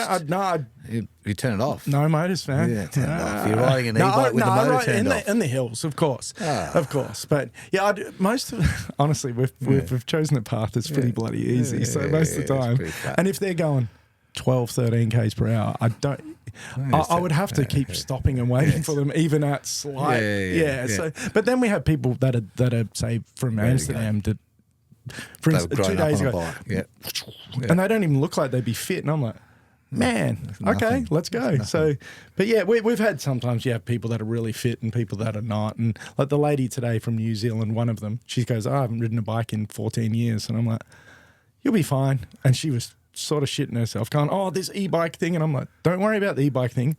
All you need to know is how to pedal. You press with your thumb for going uphill or easier. You click with your finger. So she pulled the brake on. No. Other finger. With your finger down in there. And she oh, okay, cool. And by the end, she was like riding at a pace of a normal person. She'd go to bed, go, oh, I'm so proud of myself. And we've actually had a lot of people send us emails about a month later and go, oh, we got e-bikes. We've come back home, we've bought one. Yeah, we bought one. And it's bought a lot of people that wouldn't be riders, just wouldn't be. Yeah, look, brought them back. It's awesome. I'm one of them. Yeah, and it's cool. They're doing, they're getting out and about where they wouldn't normally. They just wouldn't. So yeah, it is nice. That's a little win. But been getting some 5-star reviews lately. Yeah, that's good. So we're probably coming close to the end here. Yeah. You've done a heap of cool stuff. Like, is there a couple of lessons? Like, is it an attitude? Like, what's your motivation? What's a lesson? What's a key to success and failure? I don't know if this is success, by the way, but I don't know. I guess what I said to start with, I'm usually looking forward and looking for even, go, my job's perfect at the moment, but I'm going, there's things I could do. There's opportunities. There's other things. But then I'm not willing to sacrifice anything at the moment for anything that isn't real, where I used to. I definitely used to. And if you just go for it, so is that a picture? Like when the next thing's coming, are you lying in bed at night and the idea comes? What's the future There's look no like? steadfast formula to what's going on here, like really. So Little Black Bike, I definitely had there was a thing that lots of people going, man, I wish I could just buy Jamie stuff. No one has it. And then there was, I need this, I need that. And I'm just like, there's a need. I know how to do Right it. time at the right place. I don't really, not that I don't like any of my old bosses, but I don't like being told what to do. And that's what the cool thing about this job. There's just a roster that comes in and I don't even have to look at it. I don't have to look at tomorrow if I don't want to until tonight before I go to bed. So I know what time I have to get up, the travel time to get to it. But other than that, I don't really need to know other than if there's something unusual. Yeah. So it's quite easy what I'm doing at the moment. But then Little Black Bike, I had a plan and there was a reason and there was an opening. So I just went, okay, and did what I thought the steps were. And it pretty much worked for 10 years. But then, other things I've done, it is something that is just, that's awesome. And I can relate that to my flavor and do it like this. And that seems to be a cool thing. And I have done that before. But at the moment, I have no plans. What I'm doing is cool. And I'm going to try and stay loyal for as long as I can, but I'm still pretty young now that I'm not dead. So, sounds like 2 or 3 years is enough for you in any one spot. Know. You never know. Maybe I'll have to buy in so I get a feel for it. And then I was also talking about saying, because he doesn't, like, for instance, stuff that like Ian does with the scapegoat. We're not that, but we could do that. But Dan's gone, that's just, I don't, like, he goes, I'm tourism and this is, and I'm like, but I can do, if you wanted maybe to not that, but like, for instance, I was talking to him about things like, so there is entrepreneurial going on, but it's not plans. But like my cousin is quite a famous winemaker in WA in Margaret River. So we could go to previous clients, go, hey, do you want to go and do a tour in WA? Try it out over there. And so we do a 7-day tour here, which would take me ages to explain, but we basically go McLaren Vale, Adelaide Hills, Barossa, and then we ride down the Torrens all the way from the start up at, whatever it is, the bottom of Gorge Road, Athelston. We ride all the way to the beach, and that night they stay at the Grand Hotel. So they actually ride their last day. They ride 43 Ks, but most of it's downhill on an e-bike. Yeah. But these people are like, look at me. And it has taken them 7 days because the trip's to get to that point. The first day is like 18 Ks, then it's about 23. And on an e-bike, they don't really realise, but they're tired. They can tell their friends, I did 43 Ks, like, holy cow, I don't drive that much most days. And we are starting this year, which is sort of going to be cool. We're doing a Flinders. We're doing, in the middle of winter here, we're doing 3 Flinders trips that are all booked out and paid for that we didn't advertise. We just put it towards previous clients that we knew were capable. Would you be interested? And we knew they were capable because some of them would go, no way you'd be able to do this trip. But so we're doing, and so we're going to be doing the first one in June. And we're doing 3 this year that are all booked, and they're 12 people per thing. And so we got a government grant for a new vehicle and for some bikes because SA Tourism wanted, they were putting things out saying if anyone was going to extend their business to go to different regions in SA, we're willing to give a grant. And so we won one and got a vehicle, and so we've got a big trailer already and a bus, but we wanted it more a 4-wheel drive to. And so you've got a fleet of bikes. You've obviously got we have. So we've got e-bikes. We'd have 70. I guess that's a lot. Right? Yeah. So on Kangaroo Island, we've got. And we've got another side of the business I haven't talked about, so I don't know if we should. So we've got all these hire bikes as well as the bikes we use for the tours. But we also have a bit of a thing where we have bikes at mine sites, so which is random, but on FIFOs, can go exercise. Yeah, so they're trying to make them, and they give them credits. I don't know how the credit system works. They don't tell us. But if you ride a certain amount per week, go to the gym, you get these health credits. Okay. And so they had bikes up there, and they just couldn't maintain their fleet. And they're getting thrashed. They're in the they're in the fucking desert. No Man. right. Like it's gnarly. So I'm going on Wednesday. I'm flying to Prominent Hill, and I'm going to service our fleet of 15 bikes that are there. And so they pay us good money, but we go quarterly and service the bikes, and then we replace them. These are not e-bikes, though. They're just standard. Like they're like a hardtail, say Norco. That's like about a $800 bike, I guess, $900 bike, and we replace them every 2 years because they're not hammered, but we can service them and then sell them for $200. And a kid's got a sick hardtail that's a Norco, so they're pretty good, but they're definitely for up there. They're starting to look tired, and the chaining, we'd usually have to change chaining clusters because the desert is harsh, and so we do that. I'm doing that next Wednesday. I fly out at like ungodly hour. And fly, and it's so weird. I'm flying out to Bali next Wednesday. Here you go. You might see me. You might see me. So how's this for? I don't know. People, I've never had anything to do with FIFO until this. First one I went on go on the flight out of Adelaide. There's all these dudes. You go, they're obviously dudes that work in a mine site. They're wearing high vis. They got dirty big ass steel cut boots on. None of them talking. Just no talk. Everyone looks depressed and pissed off. They all get on the plane. The plane's dead silent. 2-hour flight to Prominent Hill. Everyone gets off. Nobody says a word. That night, so I always fly in and fly out the last flight of the day. Get back on the plane. Everyone's like, yo, man, what's happening? They're all stoked because they're all going home. They're going home. Everyone going there. Not one word at the airport. Not one word on the plane.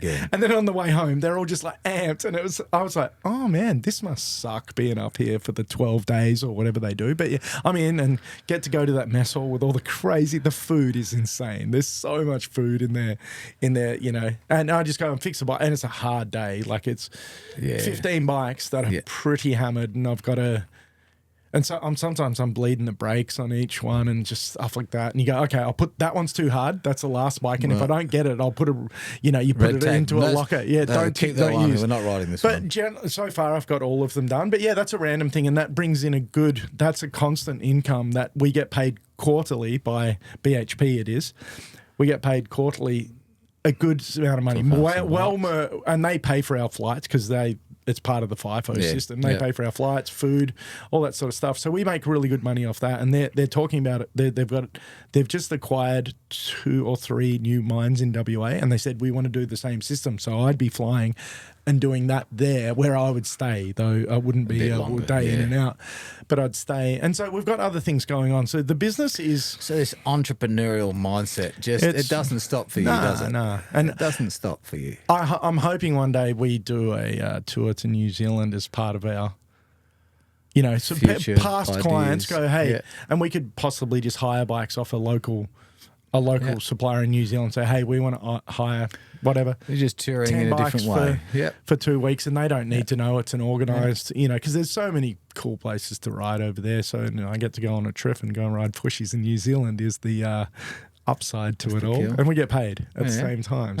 So that's the sort of, I guess that, but there's no steadfast plans of these things. Just keep having fun, doing stuff you like doing. Yeah, and little hints of going, it's starting to get a bit boring. Maybe we should stretch ourselves a little bit. So, where I'm not the owner, so I have no say, but dropping hints here and there, and let's get out of our comfort zone. And once he feels more comfortable, because I've got a fair, broad skill set. I'm no weapon at any particular thing, but you could throw me at most things and I'd be able to pull it off to a degree. So it's paying off for him, and we're moving ahead. So that's sort of where I'm at right now, and just go home and make sure the family's all cool and looking after them. Yeah, look, I do a lot of gardening, by the way. I love gardening. So our house, we got a lot of native plants, and people always walk past and go, oh man, your garden's awesome, how does it look so good? And I'm like, they're all things that look after themselves, but it took me a long time to work out that was the particular thing that works where we live. We've lived in our place for 18 years now up in Mount Barker, so it's a while. What's a key attitude to make all these things work? You get adversities, things work, things don't work. You say you've got ADHD. I think I do. Do I? Yeah, I don't know. I feel like I do. I don't know. But what's the central thing that you could share with someone? I guess if you go, I've got this little glimmer of hope and I could share this little gem with you if you had an attitude like this? What's the attitude? I find if there's an opportunity that you truly believe is going to be good, if you don't jump on it straight away, it generally, if you went, oh, I'll do that later, and then you go back to it, it's never got that thing anymore. It you know, that spark of what that idea or what that thing was going to be, it's really hard to replicate if you put it on the back burner and then try to go back to it. So if there's something that you just go, your soul's talking to you about this thing, and you go, oh, you should probably do it because it's your only chance, because it may not happen in that same way ever again. So, and I'm sort of like that, which some people call rash or reckless, but I don't. I feel things big time. I am vibes. I don't know if you. I don't know what you would call that, but I'm like, this feels right. I'm going to have to go this direction, and I can't explain. And I'm like, the other things that are going to fall off the side, as long as I do the right thing, it's all okay, and we're just going to go in the right direction. And it may be called falling on your feet, but it might be stepping forward. And you do fall on your feet every time you step forward. I don't know. You got to keep moving. What about the days when you don't move? Like you're in the hole. You're in the hole. So just ponder a minute. Honestly, man, that sort of shit's like water off a duck's back to me. I'm like going, yesterday has no bearing on today, or unless you've got like when the business was in real trouble. It could be health. It could be whatever. Yeah. So health, I did straight away. I did things. Stopped drinking the next day. Yeah. So if you go, oh, this sucks, and you don't do anything, it sucks. Only you to blame. Yeah. If something bad's happening and you don't go, okay, what's something I can change for this to, and you can't change things overnight. Might be a small step. Yeah, and you just go, and if you keep stepping forward in a very short amount of time, you're going, oh, that's way back there. And so I don't generally stay still that much. So it's all. And you don't like looking back. It's all back there, yeah. And it's nice to reflect. Yeah, it is nice, and I enjoy. But don't hold on to it. Yeah, and for instance, for me, like back in the day, had some sick BMXs and sick bikes. Not saying, and you're pretty good on a BMX. We didn't talk. You were pretty handy on the bike. I can do some wheelies and stuff, and on the wrong wheels. A couple of video footage I put over the top. I did see something you put up the other day, and it was me. On the handlebars? Yeah, standing on the handlebar down at Victor that time, and I used to do some cool stunts and go. I could roll down the whole bloody street in the city on my front wheel and stuff. Yeah. But honestly, I could probably teach your monkey. And would your kids even know that? Not they really. Wouldn't. No, they don't even care, do they? That's a kook. That's a kook. He listens to EDM. Like they're going, what is this music? And they're all listening to old school rock. But they just, you're a dad. You're not going to be cool. No.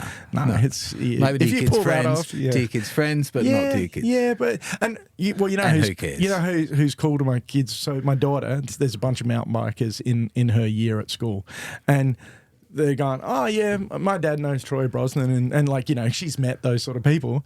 And they're just like, yeah, sure. And then Ryan Lloyd. And she's going, no, Ryan Lloyd comes to our house all the time for barbecues. And they're like, oh, sure. And so I had to actually film. Us hanging out. Yeah, to prove to these boys. And they're like, oh, no, man, you're cool. Like, yeah, your family's sick. But they didn't believe it, which is funny. And I'm like, they're just dudes I hang out with. But we're big in a small pond as well. Like other people go, oh, Troy Brosnan, cool. Yep. Well, he rides for a weird drink company, whatever. Whatever. But yeah, I do think the main. If you do nothing about being in a bad place, you're going to be in a bad place. Simple as that. If you do something, you won't be in a bad place eventually. That's fucking very wise, simple words there, Mr. Basically, yeah. Well, yeah, and luckily that's how I roll. So bad places they're there, but and like you want to get something out of me in that way. You've asked a couple of times. I'm like, well, bad places don't stick. Yeah, they don't really. And I understand, like for instance, I've got a relative that worries a lot. He's over the top worrying, and I'm like, that's a thing you can't. So this is a thing that you can't fix by doing something. So why wouldn't you just let it go and work on the things that you can change? Because you're worrying about something that you have no power over. So if I have no influence or power on something, I'm like, it doesn't exist. It has no, because I just can't let it, because I've got other shit to do. So, I got tomorrow's here to live. Yeah. I'm like a modern day Buddhist without any Buddhism. Very nice. All right, I think we're close to like 3 hours or something. And if you can talk about Holmes into coming back, I would love to come and do a little, because we spent a lot of time together, Matt and I, and he's got some amazing stories, and I'd just love to be there to witness. Oh yeah, no, definitely. I'll be your lighting guy. No, definitely not. Look, yeah, I'm in contact with him quite a bit, and we will make that happen. And a Megabike one would be cool. And if we could talk Pete when he's back in Australia at some stage, that we have talked about off camera, but I think with more people, Pete would be down for it. And Pete's got some stories. You bring up conversations that two people can't draw out of you. A third person brings in different perspective. And I don't know if you know, Pete and I lived together for 2 years. We're talking about Peter Durbridge, He-Man. He was actually in the JT's podcast. We were talking about him. So sorry you couldn't make it tonight, Pete. Yeah, so Pete's in Australia at the moment. He lives in Ireland, but Pete and I used to live together, and there's endless stories of, Crown and Anchor. We used to ride into town, crash every time on the way home. We used to go, who's the least injured? They start work in the morning early at Megabike, because we both worked there and lived together, and we could cover each other, and we there's some stupid shit that we did together, and we had so much fun, and it was cool. It was good fun, but bikes every day. And I think that's the whole bike industry. Everyone had so much fun. Yeah, BMX, mountain bike, gravel bike, whatever. Yeah, totally. It's been really good talking. Is there any final? Anyone like to say a shout out? Would you like to anything? Yes, no, maybe. Man, there's too many people to really pick. It'd be like picking someone out of a hat, because there's a lot of people that I'm so grateful for their influence and allowing me to influence them at the same time. Like we've had, and every single person most of the people you've had on so far, other than the musician guys, I know they're but like a lot of the writers, like, Rick Aola, Dan, all those crew. Like I saw Dan yesterday, and I see Rick in town all the time and doing the job I do now, and it's cool. We're very lucky, and they've all we're blessed, really. Such a cool community and a cool bond, and I'm glad I've managed to try and throw this together and get us to share some of these stories. And try and make sense of my jumping around the things, and there's probably room for another 3 of these, to tell you the truth, if we want to hone in on anything. This has been so easy to I was pretty chat nervous, because I'd never done a podcast before, by the way. That's why my mouth keeps going off the microphone. Until I'd started, I'd never done one either. Yeah, it's pretty wild, isn't it? And I've watched a number, and I think it's a really good format. I think it's because it is a lengthy. You can get to the you can get to gems at the end, and maybe you can edit all the bullshit out, and if you want. 3 hours. So finish on an inspiring word. I know you don't like to dwell on us, but someone's not having a bad day. Could you give some you've done pretty well. Yeah. Throw one more out there before we say goodbye. You're not having the best day. Like, things really hit the fan today. Yeah. Well, I would say just I guess that sort of thing of saying don't look back. But if you stop trying, the only person that can fix what your problem is you. For everybody, in essence. So if you're not willing to have a good look at what's going on and try and put in place changes that will move it from there. It doesn't have to be forward. It could be back. You could go back to before bad times. Let's go back there. But you still have to work out how to do that. Yeah, because if you don't do anything about it, the ghost is controlling the machine, sort of thing. You're letting it happen to you. So the only way to not let something happen to you is do something, and then what's happening is driven by you. So I don't know. That's still the same as what I was saying before. But you can't. If you're having a bad time, if you just dwell on it, it's going to get worse. Really. So you need to go, well, what do I want? Pick a direction. If you go, this sucks, go, okay, what do you want? And that's what you aim towards. And you can aim towards anything. Anything's really possible, I'd believe, for anyone. Like, I've seen people come from the depths or from there to the depths. So you just try and dance in the middle, but don't be too level, because that's pretty boring. Yeah, don't be level. You don't want to be level. But, dancing in between is a good way to be, because you need ups and downs, because else you don't realise that downs are down if you're always up.